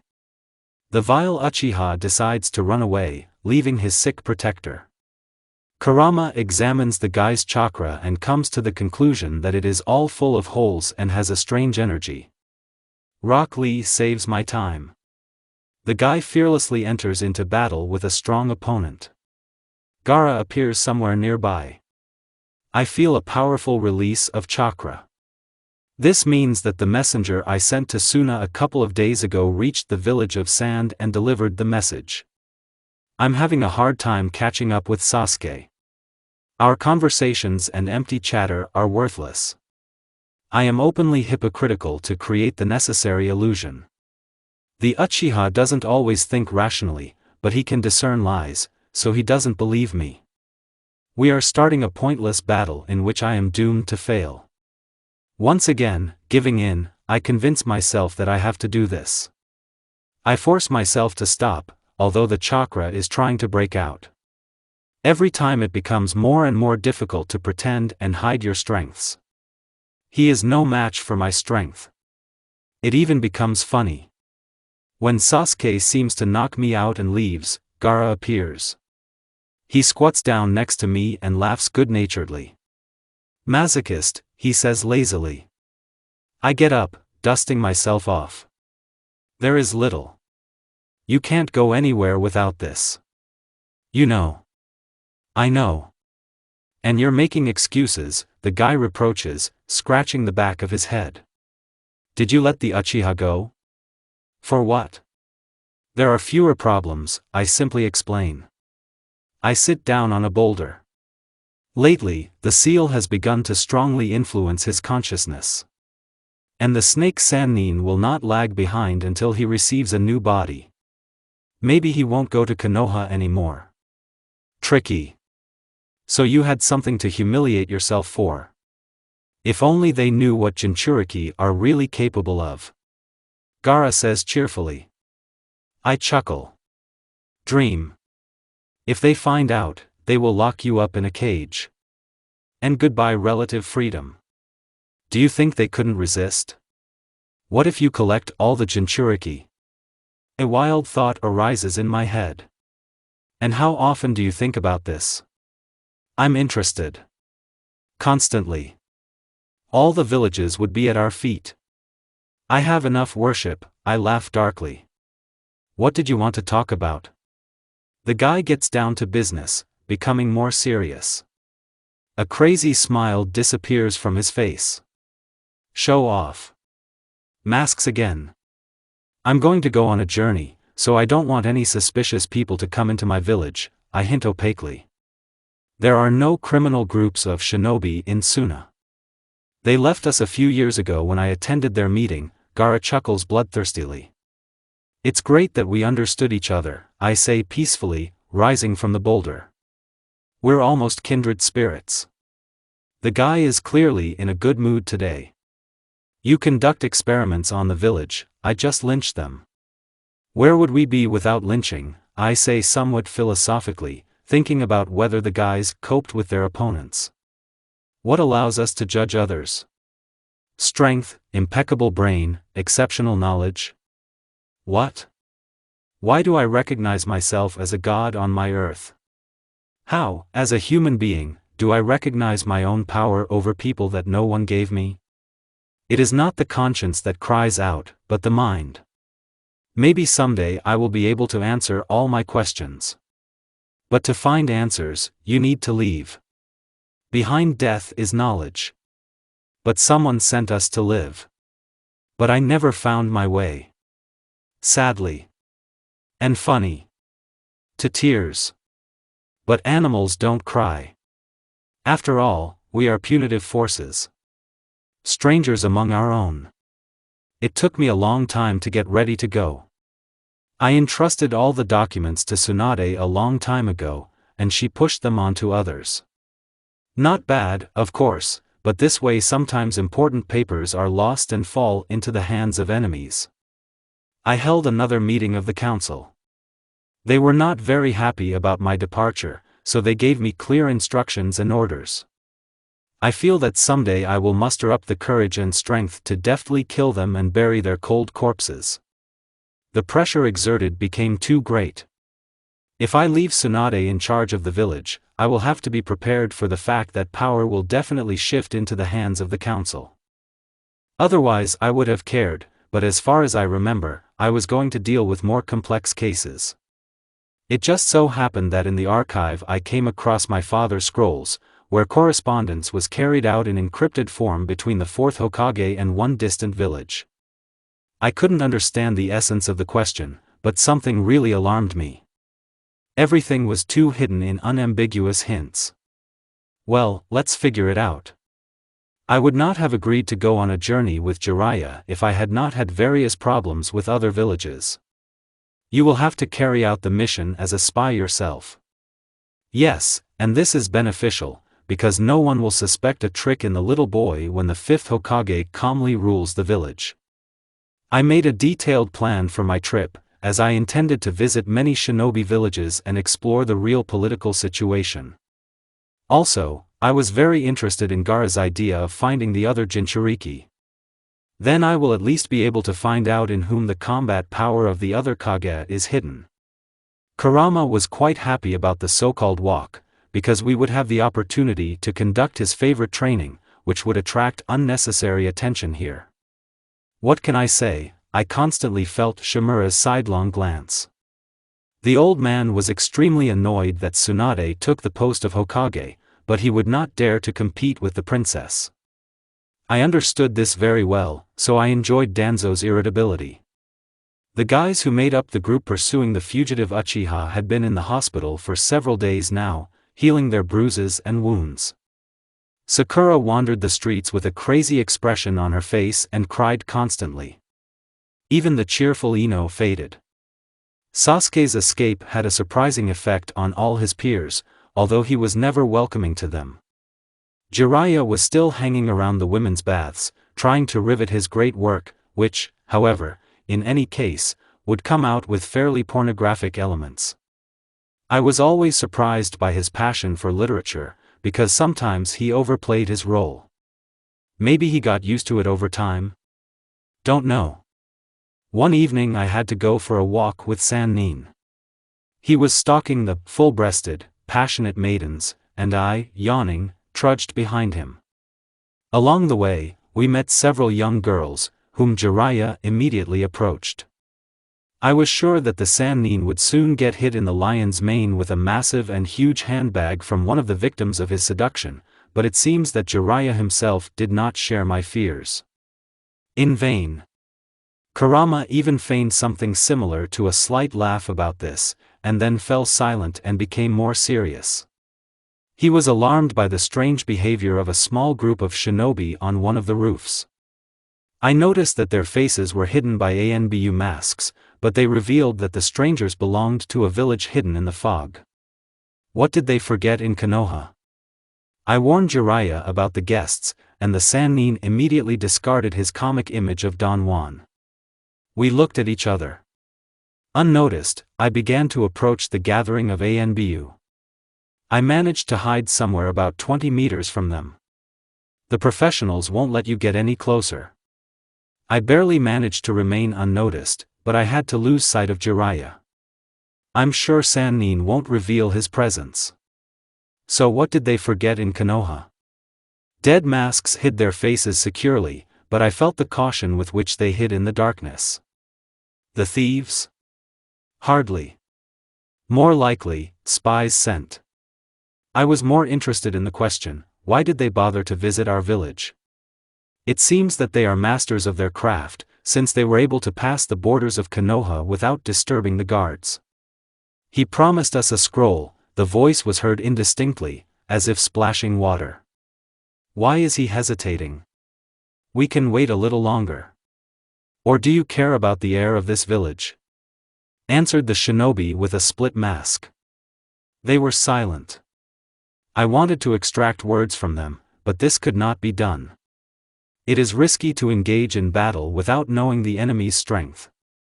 I wasn't afraid to take risks, but I might scare off the mysterious stranger they were waiting for.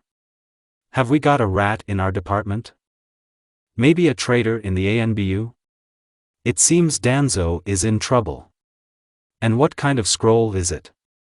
I remember that I removed all important documents from the archive a long time ago. Unless... wherever stupidity takes me. I promised myself that I would not make mistakes regarding leaving papers on the desktop, but now I made a fool again. We urgently need to eliminate the enemies. I looked at Jiraiya. He nodded. It's time. 4 against 2. The layout is not bad. I left cover and appeared in front of my opponents. They seemed to be ready to fight because they showed no signs of agitation. Jiraiya was in no hurry to reveal his presence. Maybe they weren't really scared because they saw a child? I made several seals. It is necessary to use my father's techniques to prevent the informant from guessing my presence. The ANBU tried to confront me. But when I use the seals of the Uzumaki clan, few can resist. The marks left on their clothes caught fire and made it impossible for their opponents to perform their own techniques. Jiraiya helped me immobilize them. We did not remove the masks from the ANBU, because this would threaten a conflict between Konoha and the village of Fog under the general agreement. We quickly left the battlefield. Although, it is difficult to call what happened a battle. I did not plan to torture the prisoners. However, let go too. They saw me. I didn't need any extra problems before leaving the village. Jiraiya was able to get the ANBU outside of Konoha. There we tied them in a tree with a wide trunk. I turned to the prisoner in the shattered mask. Did you intend to steal the scroll with seals? Yes. For what? I cannot tell. What should I give it to you? Sagito, ANBU. It's strange that you're telling this to me. I was surprised at his amenability. No one has ever caught me like that, he admitted. It's a shame, boy. Now I'm going to die anyway. You're right, I agreed. Throwing 4 kunai at immobilized bodies is not difficult. Jiraiya didn't say a word to me. He understands that the measure of cruelty was forced. Important paper? Sannin asked. For some, yes. Seals that allow you to control and coordinate human actions. Extinct clan. How could they know about the scroll? It seems that the villages have been trading secret data for a long time. I just couldn't find it in Konoha. When I come back, I'll completely change the control system. All thoughts were occupied by the upcoming journey. You will have to take your suitcases with documents with you. No, not this. It's a joke though. It's so strange to go outside your native village, knowing in advance that you will not return to your native land soon. The air crackled with stuffiness. I looked around the walls and gates of Konoha, saying goodbye to everything I was leaving behind. Although, who knows, maybe I won't come. A feeling of nostalgia came over me. At a wrong time. Jiraiya inhaled noisily through his nose and exhaled. He always says goodbye, as if forever. Doesn't expect to return. The hiking backpack is assembled. All is ready. The first step is difficult. I tried to remember what I forgot at home. Probably clean out the refrigerator. The milk will turn sour again. Maybe the neighbors will deign to throw out the garbage if it stinks and ruins the environment. Tsunade allowed herself to give me a magic kick. As a joke, of course. I'm still Hokage. It's hard to believe, though. The fox was not upset. He is used to traveling, although lately he has become too domestic. I'll try to let him out outside the village so he can warm up a little.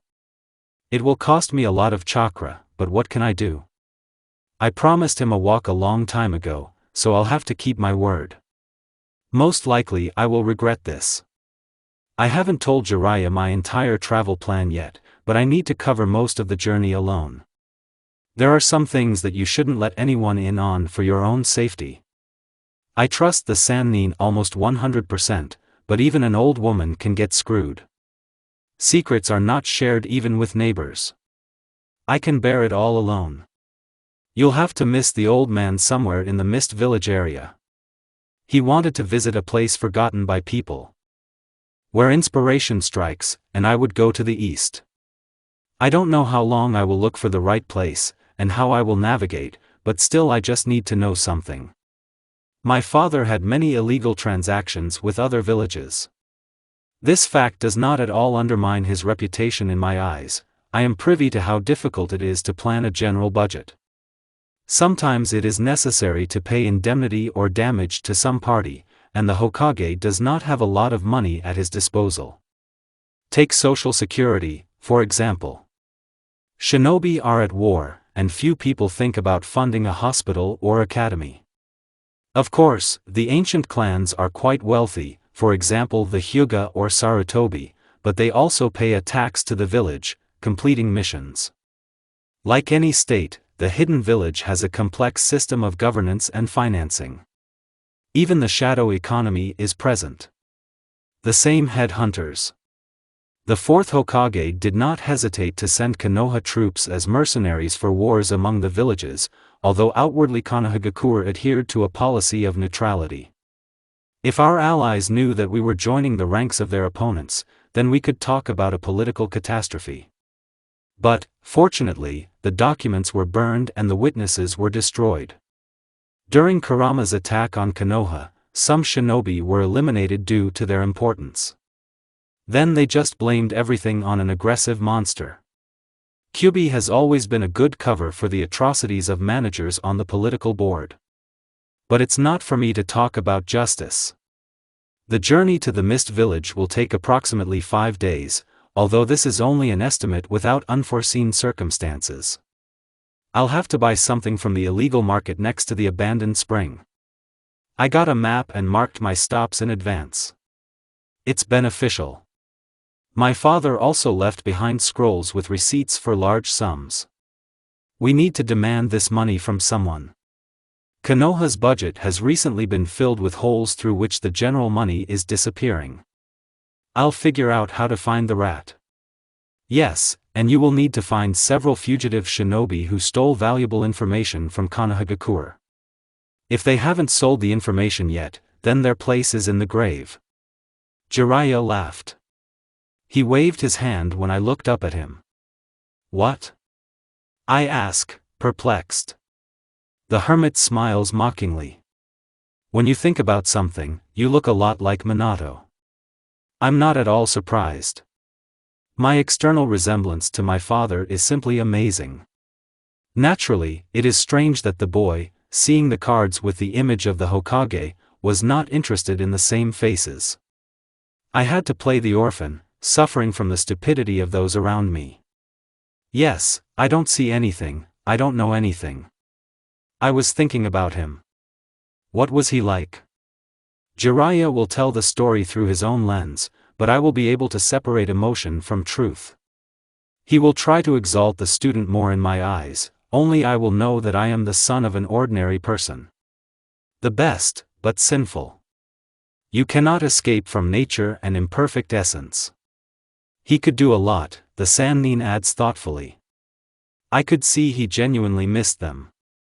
Me too, only smaller. It's easier for me in this regard. I haven't seen Kushina and Minato live.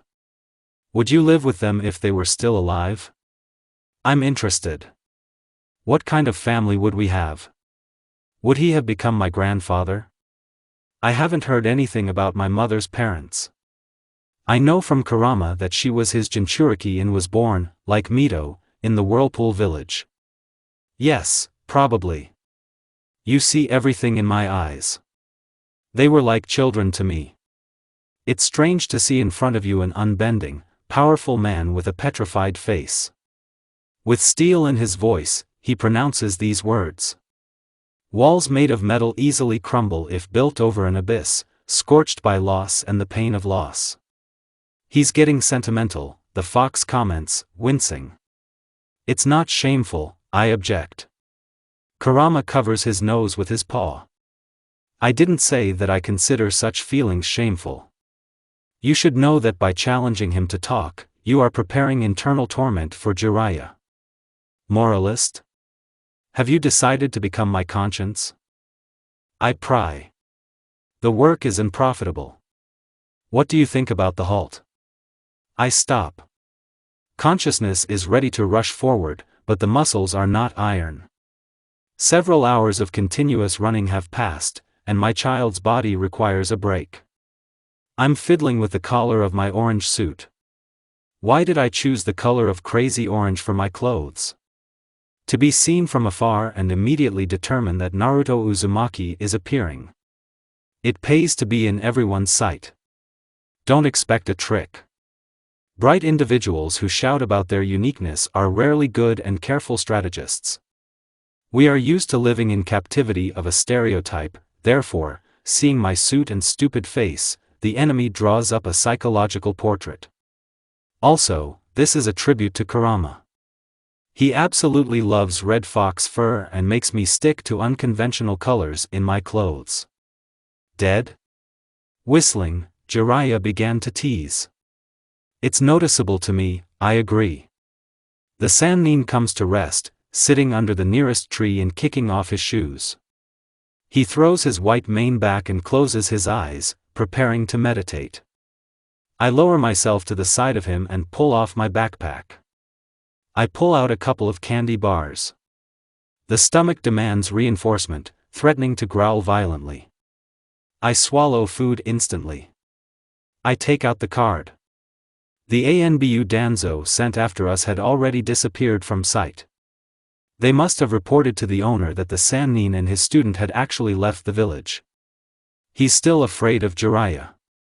I wish I could grow up faster and get rid of the body's fatigue. I'm not Orochimaru to experiment on people, and I don't know any techniques that can speed up growth. The journey has begun. I hope it leads me to something worthwhile, otherwise it's pointless. Although experience is also important now. I sense that the number of my opponents will increase significantly. Many people may suffer because of what I have planned. Large-scale ideas, that's what I'm all about. Everything around becomes silent. It seems as if you were suddenly thrown into cold water and you lost the ability to sense what was happening. Technique? Does not look like it. The Sannin will have to break away from calming his inner spirit. We were visited by unexpected guests. Jiraiya, distracted, raised his white eyebrows in surprise. I tactfully remained silent. What did the stone forget near Konoha? The Sannin asked, addressing 6 shinobi in identical suits with Iwagakure headbands. The guests had masks on their faces, clearly, ANBU. A tall, stocky man, who was on the team, apparently in charge, stepped out from the center and reported in a dry bass voice, "It's a pity to interrupt you, one of the 3 legendary Sannins, but we have a task here.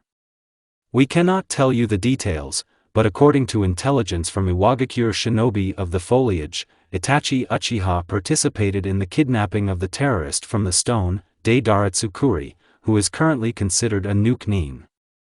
Former Konoha shinobi, I corrected. The leader grinned contemptuously, as if they didn't give the kids a word, and his whole body turned towards Jiraiya. I did not like it. Yes, right. Uchiha Itachi is recognized as a nuke nin in Konohagakure. Why did you decide that they would go here? Asked Jiraiya. The ANBU hesitated. There were 2 more with the Uchiha, an ugly aggregate doll and the man with a blue face who looked like a shark. Sharp, ground teeth? The Sannin clarified. Yes. Obviously, the swordsman Hoshigaki. Itachi and Kisame were seen in Konoha. Recently, many swordsmen have left Mist Village. Yes, the ANBU agreed. I was wondering. Why did Itachi need to kidnap some terrorist? Does the museum collect unknown animals? Your intelligence should have caught something worthwhile. Important, said Jiraiya. The situation did not please him. The same color of the cloaks, recalled one of the shinobi. Everyone fell silent. They are recruiting their own group, like Orochimaru's Sound Village. It's just not clear why. But judging by the contingent. They didn't ask you, boy, the ANBU leader snapped and glanced cautiously at the Sannin, fearing for his lack of restraint. However, Jiraiya didn't show it. Not too polite, I said calmly. Not such an important person. When you achieve at least a share of mine, the proud shinobi began. Jiraiya chuckled softly. The stone group did not react at all. Age doesn't make us smarter, I noted. The shinobi fell silent. What did you say? He pulled. Shall we fight? The shinobi was taken aback and glanced sideways at Jiraiya again. I decided not to scare him. Without Sannin. One-on-one. I want to teach you a lesson. Echem. I'll kill your self-confidence. I tried to hide the predatory smile at the corners of my lips. Outside of Konoha, I can have fun to my heart's content, and a sannin wouldn't hurt. I was not afraid that the shinobi would tell someone about the talented boy. He would not want to embarrass himself for losing to the boy. The tyrant took a fighting stance, preparing for a fight. He didn't even try to come up with something original to attack his opponent. I dodged the ground grab technique quite easily. He attacked again. To no avail. I circled around the blasted area, wearing out the enemy. If he ran out of chakra, he wouldn't be able to lift a finger. When the enemy began to be more careful and diligent in creating techniques, I went on the offensive. I managed to throw several kunai, but they did not reach the target. Well. Rasengan, I muttered and rushed at the enemy. He doubled over under the force of the blow. He probably hoped to beat me in hand-to-hand combat, but he miscalculated. He was strong enough, but he couldn't resist me. It just wouldn't make for an exciting fight.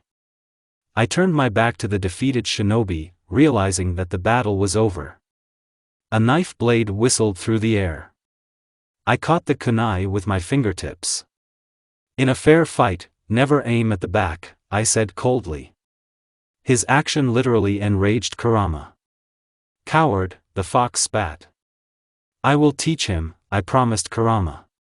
Swinging, I threw the kunai at the shinobi, applying part of the kyubi's chakra. The shinobi could not catch the red-hot iron. The kunai whistled slightly above the top of the leader's head, cutting off several dark hairs. I can't move. He was indignant. His group stood silently aside. Application of the seal of submission. Do you want to drive a kunai into your stomach yourself? I asked calmly. This indifference obviously finished him off. He got it, Naruto, Jiraiya said, laughing. I chuckled. That's what. Never again underestimate an enemy you don't know. Perhaps the shinobi from the stone saw something in my eyes that made them raise their comrade to his feet and say, "Forgive him." I rolled my eyes. At least something. Although I made a couple of enemies. Kyubi allowed me to remove the seal. The leader stretched his arms and legs. With a wave of his hand, he ordered his men to stay. You'll go far, he dryly commented on our fight. You're not bad for an ANBU, stated Jiraiya. Get some rest, okay? We need to go, the leader refused. Where will you go? To the village of Fog. And we should go there too. Jiraiya exclaimed. Probably the leader winced or turned sour, not happy about his fellow travelers. I couldn't refuse the talkative sannin. At that moment I was scattering the information received from the ANBU on the shelves. And when I heard about their destination, I emerged from my subconscious. The shinobi from Iwagakure looked in my direction. Will you go? Jiraiya asked, uninitiated into my plans. 5 days. No. If I go alone, I'll get there faster using fox chakra. Now, travel companions for the sannin have been found, and he, clearly, will not die on the way from boredom, spreading to the ANBU about his ingenious creations and teaching shinobi in the art of communicating with the female sex. Their journey will be successful. Well, Jiraiya will try. ANBU shinobi usually don't take traveling companions, but they would definitely make an exception for a sannin.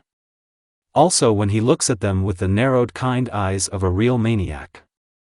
And considering that the shinobi thought that Jiraiya taught me how to fight, they would be afraid to anger him.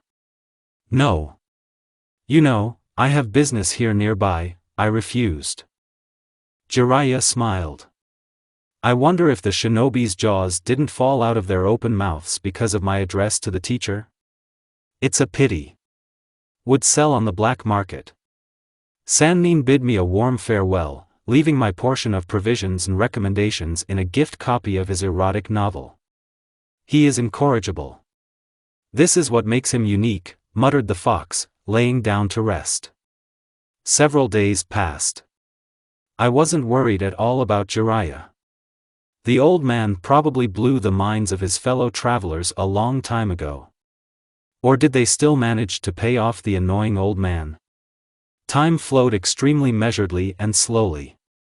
I spent about half the day moving around the forest with short stops, the rest eating and sleeping. The provisions that the good Sannin left were barely enough to get to the nearest settlement, where I was able to replenish my strength and supplies. The fox with great persistence pulled out and abused his jinchuriki, and all I could do was howl from exhaustion. In the forest I slept like the dead. And even a company of militant shinobi could not wake me up. I wanted to get to the black market quickly and snoop around before I found anyone on my tail. A boy walking alone through the forest might seem like easy prey to some shinobi. As far as I know, the black market was located in a dilapidated village on the way to the village of Mist. The best representatives of the trading fraternity, naturally illegal, flocked there. However, the den, consisting of petty crooks, did not scare me away, but, on the contrary, inspired me with hopes for a good completion of the assigned mission, since only from the traders it was possible to extract information for payment. Not always monetary, by the way.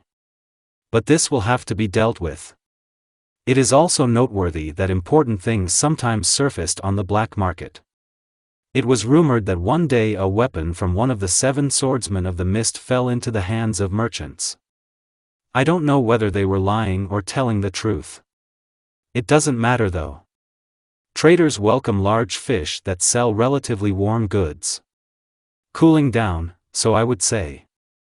Among shinobi, there are generally many who hunt heads, it's just that not everyone advertises it. It's even scary to stay with someone you know. They can easily saw off everything they need.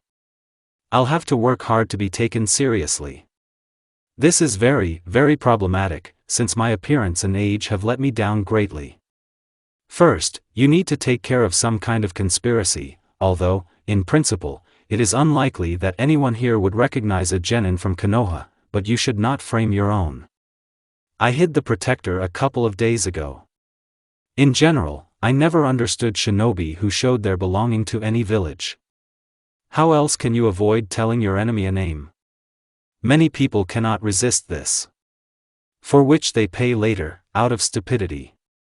On the road, Jiraiya and I took dark cloaks that would protect us from the cold and hide us from prying eyes. Although, in general, hiding a Sannin's build and mane is problematic. And that's enough. But I can be wrapped up from head to toe. Which is what I did. The weather completely deteriorated, and when the light drizzle turned into downpour, I realized that there was no need to wait for the sun and that I needed to find a place to sleep. The black market was already visible in my field of vision, and I decided to take a chance. I hope the owner will give me a break. And tomorrow you can get down to business, especially since late night is not conducive to trading activities. I burst into a dilapidated, barely standing house, after knocking hard on the door. The shinobi with a gray complexion and a bandage on his face was not happy when another guest distracted him from drinking. What? The room. The shinobi looked at my small figure. Baba? I tactfully remained silent, throwing the kunai a little higher than the top of the owner's head and revealing my face. The shinobi chuckled. Come on in. And pay, kid. Pay well. Children are more trouble, so I'll take a lot of Rio from you. When the owner and I managed to agree on the price issue, we were already wheezing from our own bile and hostility towards each other. No one raised their voice, but tension spread across the room like a viscous mass. The owner had 2 guests. He led me upstairs, opening the door to the 3rd room. There was a smell of mustiness in my nose. I winced. Something needs to be done, otherwise the shinobi will kill me while I sleep. I doubt too much his moral principles, which do not allow him to touch children and kittens. I placed several seals in the room. Fortunately, the knowledge of the Uzumaki clan was passed on to me in full. Partly for this reason I set out on a journey. I have been tormented by the question for too long, is it true that the Maelstrom village was destroyed during some unheard-of war? This version raises a lot of suspicions. After all my clanmates were scattered across different villages, as if they were deliberately separating us. I don't think that strong shinobi who use seal techniques were unable to protect their home. It's more likely that they interfered with someone than simply died during the war. Here, to whom and why? This needs to be clarified. There are many mysteries in the shinobi world.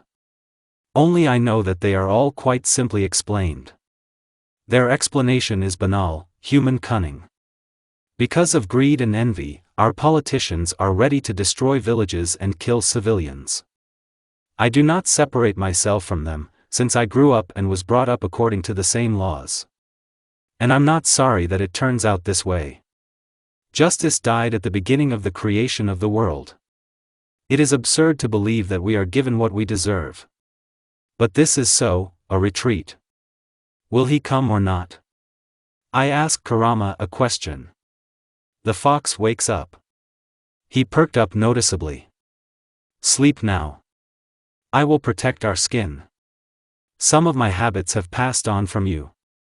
I'm dozing in danger. Isn't it time to set me free? It's time when I collect enough chakra. And tomorrow we have a lot to do. I don't want to get unnecessary injuries. Especially from the local population. They are capable of jokes. It's unknown what they'll throw out this time. That's how it is. However, it would become much easier for you if you had a material form of a guardian. I'll think about it. Don't delay. I've been waiting long enough already. Remember how short-lived my patience is. Are you scaring me? No. It's just that sometimes I also have no control over myself. I woke up early. Not even because he rested his hand, but rather because he heard someone sneaking around the room. He opened his eyes slightly and tried to look at the visitor. The early bird turned out to be a huge big guy, tiptoeing towards my luggage. At first I was surprised. Why didn't this bald miracle kill me at the first opportunity? I wouldn't make any noise, but there's a chance I'll wake up and scream. While I was digesting Mother Truth in my blonde pot, the big guy got to my bag and started turning over my things. Such impudence infuriated me, so I quietly crept up to the mourning victim and pulled out a kunai. And what? I asked cautiously. The big man turned to face me. Honestly, I expected to hear a roar or words of ridicule. After this, a battle would begin.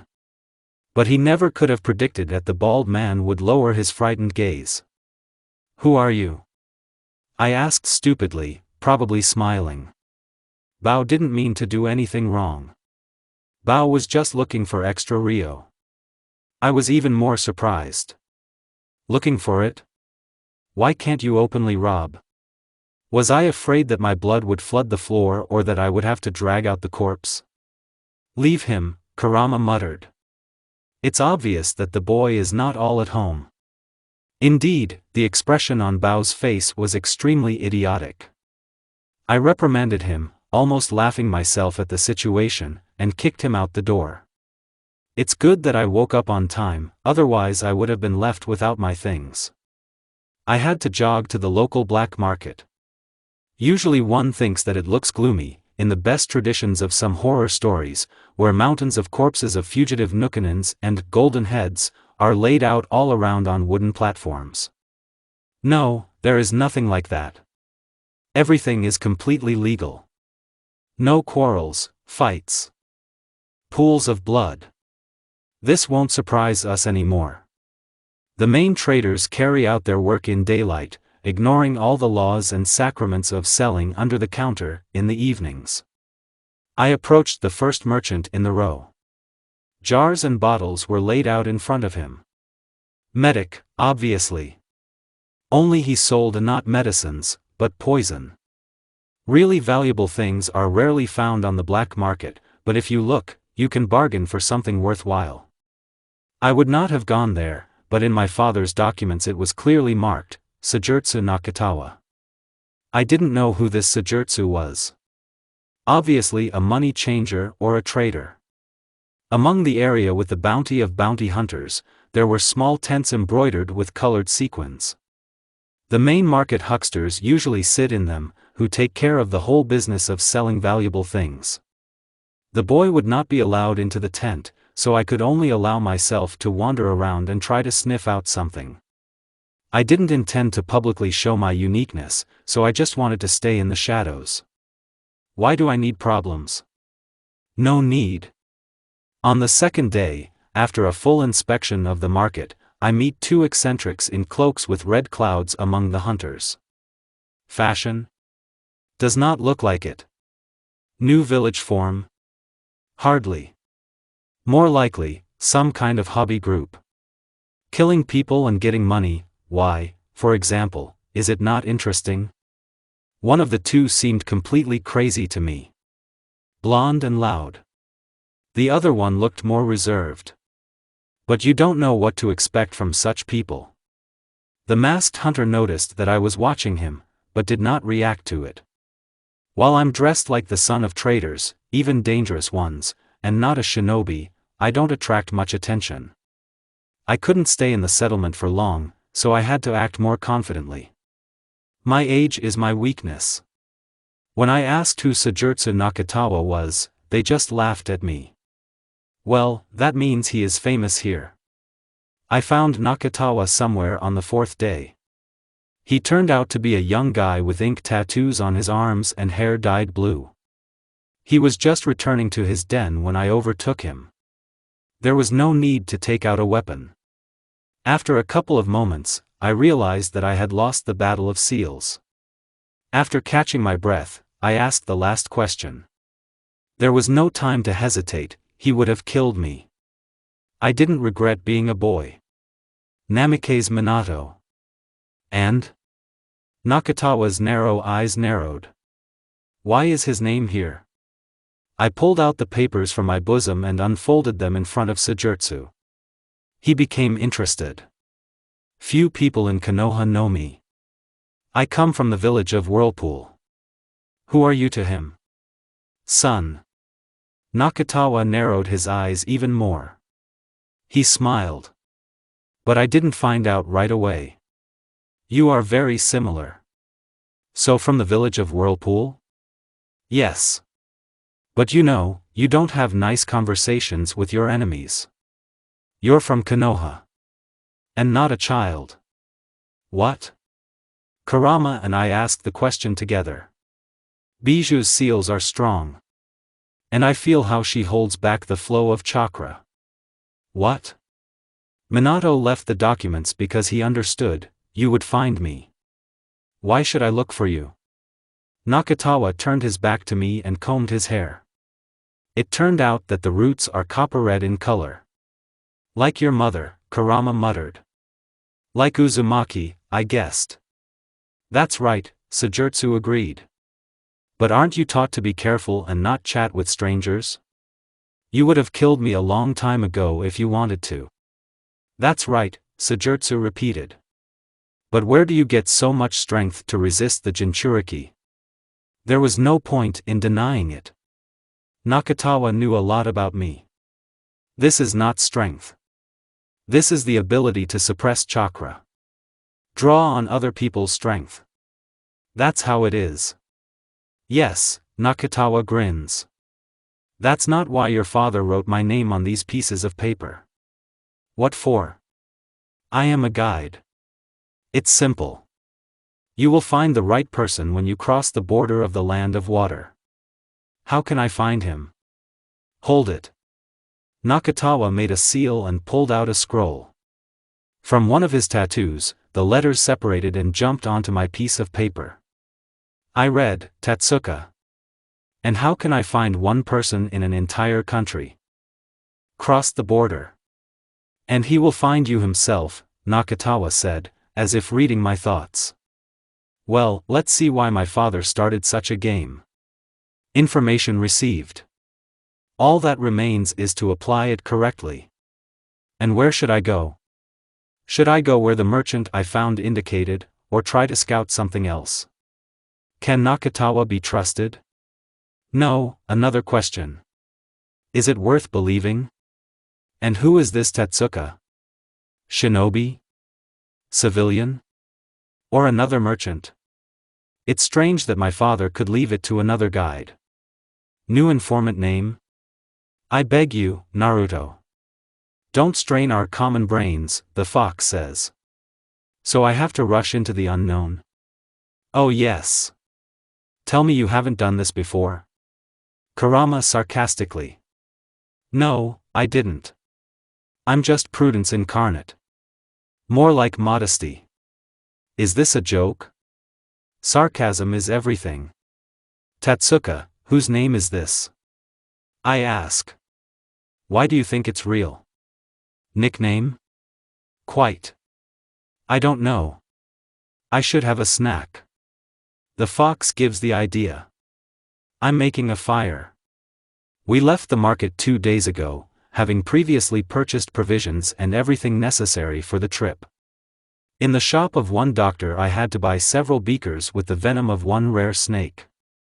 I don't know what Kurama came up with, but I'm used to trusting my tailed self. Listen, why do you need poison? I ask, adjusting a pot of water over the fire. Surprise. Your surprises can make you hang yourself right away. That's why it's a surprise, Kurama grinned. There's nothing more to talk about. I enjoy my food and warm my feet by the fire. It's quiet all around. The branch will not creak. Which is what worries me. I look around. No, there's no one. Maybe I'm having auditory hallucinations? Land of water. A village hidden in the fog. To get inside you need to cross the water border. All ships are inspected, so there is no possibility of leakage. Unless you use makeup and someone else's name. Who should you become? Herald of the Bloody Mist? Swordsman's apprentice? Rave. My imagination is limitless. The Mizukage shinobi are monitoring the migrants. Total. And with good reason, to be honest. I decide to make myself up as a farmer. And what? It will do just fine. It just requires some preparation. As a result, having infiltrated one of the islands of the Land of Water, I take a cart with vegetables from the local residents. For rent. So. Until you wake up. At the border of the village I am received calmly. They check. There are no weapons. They do not dare to swallow from beakers. The poison is rare and therefore unrecognizable. Passed for juice. I enter the village. The architecture here is different, not like in Konoha, but due to the heavy fog you can hardly see anything. It is difficult to breathe, the heaviness presses on the lungs. I wonder how Jiraiya is doing. He probably wrote 5 or 6 novels there and killed a couple of shinobi. You don't have to worry about him. We still have 2 years to travel, but only 3 weeks have passed. I pull out shurikens from vegetables.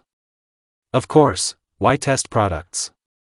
I wipe the weapon on the hem of my cloak and hide it. Now the question of searching for Tatsuki is different. Where can I find him in the village? Ask passers-by. Broadcast wanted posters. Oh gods. It's not hard to guess that you need to look for someone who, in any case, knew your father. Was in the war, Kurama prompts. Half the village, I agree. No. This person must know that you will try to find him. So, you need to think about how to contact him. Ideas? And what I get for this? Asks the sly fox. A new rug. The one you ordered, I give up. It's coming. So that's it. We need to leave a message about the 4th Hokage. For what? Fool. This is important. Great. What is the most prominent place in the village? The building where the council meets and the Kage resides. If you think so, then you are on the right track. Where is the best place to leave a message? Right. By morning, all the residents of Kirigakure were shocked by the monstrous act of vandalism. And what? I must show my creative nature. An inscription appeared on the main building of the village. Tatsuka. 4. Water. Biju. I hope the mysterious informant gets the idea to go towards the sea. All that remains is to wait. Ocean is shaking. The gray sky does not add joy, and the general, squally wind bends the trees and climbs into the shirt collar. I didn't change my disguise. There is no one near the shore. It's calming. I wonder if Tatsuka read my message. Is he in the village? And if the guide is not in Kirigakure, then what should I do? Walk? Or go on a long journey? Are you afraid? Kurama laughs. I don't want to answer him, so I'm silent. I pretend to think. The wind blows leaves along the shore. The fog is creeping in. The air is heavy and dead. It irritates and puts pressure on the lungs. You know, it seems to me that Tatsuka is one of the swordsmen, says the fox. After thinking, he adds, it's a premonition. I do not answer. Perhaps he's right. Kurama rarely makes mistakes, but so what? And what do you say? I don't notice how I asked the question out loud. If the fox had a guess about Tatsuki's identity, then I have my own premonitions. Naruto, someone is nearby. The fox warns. I turn around. The shore is still empty. Not a soul. It seems quiet and calm, but it only seems. I'm making a seal. Why don't you attack? Are you waiting or preparing? For what? Old friends are not greeted like that. Hoarse voice. Famous sword. Filed teeth. Well, hello, Hoshigaki Kisame. I am overwhelmed with surprise. Nuke-nin grins. Shark face and black cape with red clouds. Friends? I ask again. There is irritation in the voice. Call this impudence? It's not worth it, he asks. Your father probably wouldn't be happy about you being dismissive. That's all decided. The fox was right. I didn't think you'd show up in the village. Occasionally. Mizukage is ready to pay a lot of ryo for my head. That doesn't stop a criminal, I chuckle. He squints. I didn't come to talk about my past. My words seem to unnerve him.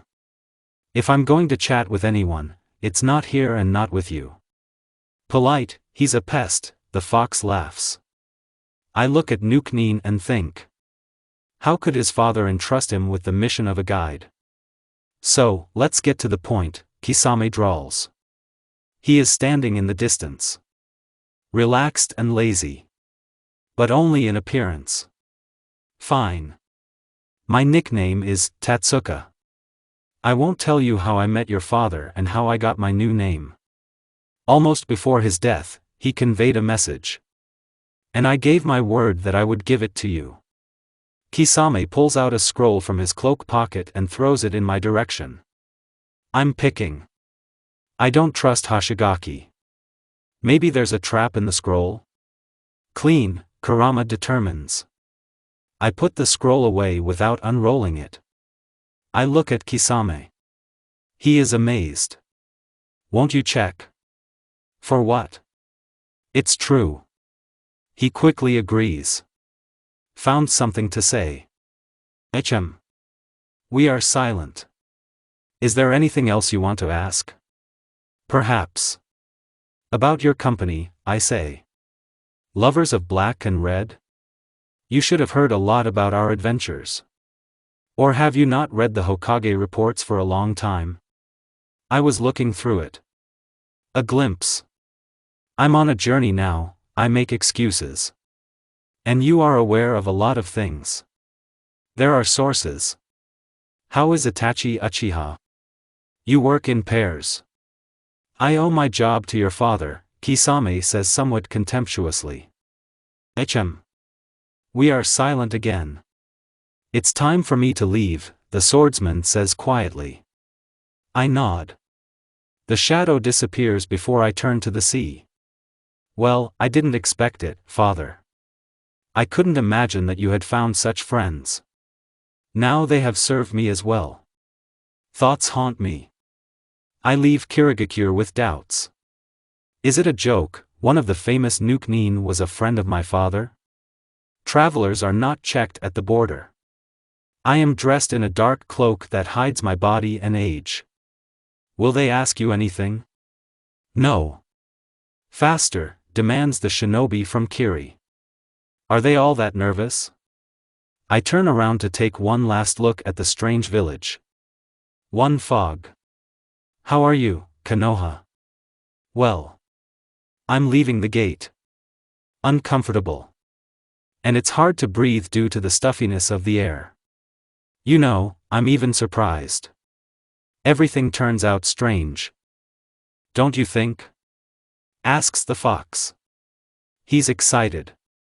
The next day after meeting Hoshigaki Kisame, I wandered around Kiri and thought about our stop. The Nuke scroll was old and tattered, but the colors had not been washed away by time. The path, written in ink, ran through the forest northeast of the Land of Water. There are not very good rumors about the place of the spirits, although they never reached Konoha. I decided to ask the shinobi for directions, but when they saw the scroll, the adults looked at me as if I were crazy. To the northeast? Asked the shinobi with stripes on his cheeks. Yes. Exactly? Yes. You're crazy. He laughed. Nobody bothers there. Well, I'll be the first. I can't guess what my father left in the secret place. Weapon? Forbidden techniques? Laboratories? That war took a lot of casualties, so he could easily use other people's corpses for the sake of medical discoveries. If the locals are afraid to go into that forest, then these superstitions will not affect me. The newcomers do not know their legends. Here it is, the Forest of Spirits. I stand on the indicated hill and look east. Where? You are completely impatient, the fox mutters. You need to be able to wait. Really? I inquire. It seems I promised you some freedom. You are incapable of splitting. For now, says Kurama. Someday you will be able to free me. I'm confused. You said that I was quite capable of using this technique. All I can do is laugh. Not true. When someone else's voice intervenes in our mental conversation, I freeze. How? Another Jinchuriki? If telepathic communication is available to me, this does not mean that I am keeping the beast locked up. I turn around. Here, the fox screams. What I was waiting for. It's come. It's difficult for me to understand his remarks, I never felt his rage. But along with it, awe. Look into your eyes. Someone else's memory comes to mind. The man commands. He is strong, great and powerful. Eyes. Rikudo? He is laughing. Hardly. I look at the stranger very carefully. I cling to every point and stroke. I could call myself your enemy, but I would be lying, thin lips curl. A relative, concealed. Patron, did not explain. Where they call me God, where they call me executioner. I'm pain. Pain? I grin. Witty. Nothing more than a name. No better and no worse than others, he objects. My father left this scroll. I know, he interrupts. Both you and your father. If you let me tell you, then. I see no reason to interfere. I sink to the edge of the hill. Extremely collected. The stranger stands in a relaxed position, but does not inspire confidence at all. Strength is felt in everything. He will be more dangerous than many opponents. The fox, surprisingly, is silent. 3 sons are born, and their father is lucky. The warriors will help. They will defeat any enemy, but will devour each other for power, like hyenas. The father gave his eyes to the first son. The second, freedom. And he gave the third a soul. The will of fire, protecting its neighbor, and the eyes of a powerful loner always fought. The soul was their judge. There is no spirituality where there is no truth. She carried the truth, for which she died. Children of Rikudo, Uchiha and Senju. The sage did not have a third son. He did. He left his brothers, who decided to found a common village after the war, and sealed his soul. Uzumaki. I couldn't believe him. I knew your mother. Pain didn't know, but I knew it well. The village was destroyed. The will to victory and justice killed the soul. The parents ran away and were saved. But during the war, Konoha overtook them. They took Kushina away. She was small and didn't remember anything. I became a killer. Escaped. Stupid. They don't run away from themselves. I don't believe. Is your voice cold and even, like your heart? Really, Naruto? He laughs. This is the soul. She has become coarse, calloused. She is a sinner. But there is. Nonsense. Really? Pain looks, under his gaze I begin to tremble. What's wrong with me? Submit, the fox screams in my mind. Don't you see who he is? I feel it. You are more mature and soulless than I thought. Murderer, can you call it that? No. I saw that it was time to leave the village. Play with lives? Play? No? No. They don't understand. They live as they please. They gnaw. People die because of village wars. Do you want to unite countries under common banners? Common goals? Pain laughs. I see. Through. I stand in front of him and gasp. Are there feelings? What? They need a hero, there will be victims. I always wanted peace. I was looking for him. The world is not pain, it is something else. Unreal. A world of pain, no, a world of suffering. Will it help? No. People will turn gray. I could not build a world on kindness and friendship. They need a common enemy. Strong. Merciless. The one who can teach them how to live. And he will return to life. Pain pulls out a black cloak with red clouds from his bag. Akatsuki? Yes. I am the leader. A victim, to put it simply. What do you want? Lie. In the name of truth. And the truth. Constant truth. I'm tired of seeing pain. Pain's voice is calm, but with each subsequent word it crushes my world into pieces. You've lost something. What? Indifference. Will you kill some to resurrect others? The power of truth is enough. I will bring everyone back to life. I will become the last victim. I need a hero. Madness? I don't believe. I will be him. There is pain in Pain's eyes. Stingy tears. The seventh way? You chose him. This is where the story ends.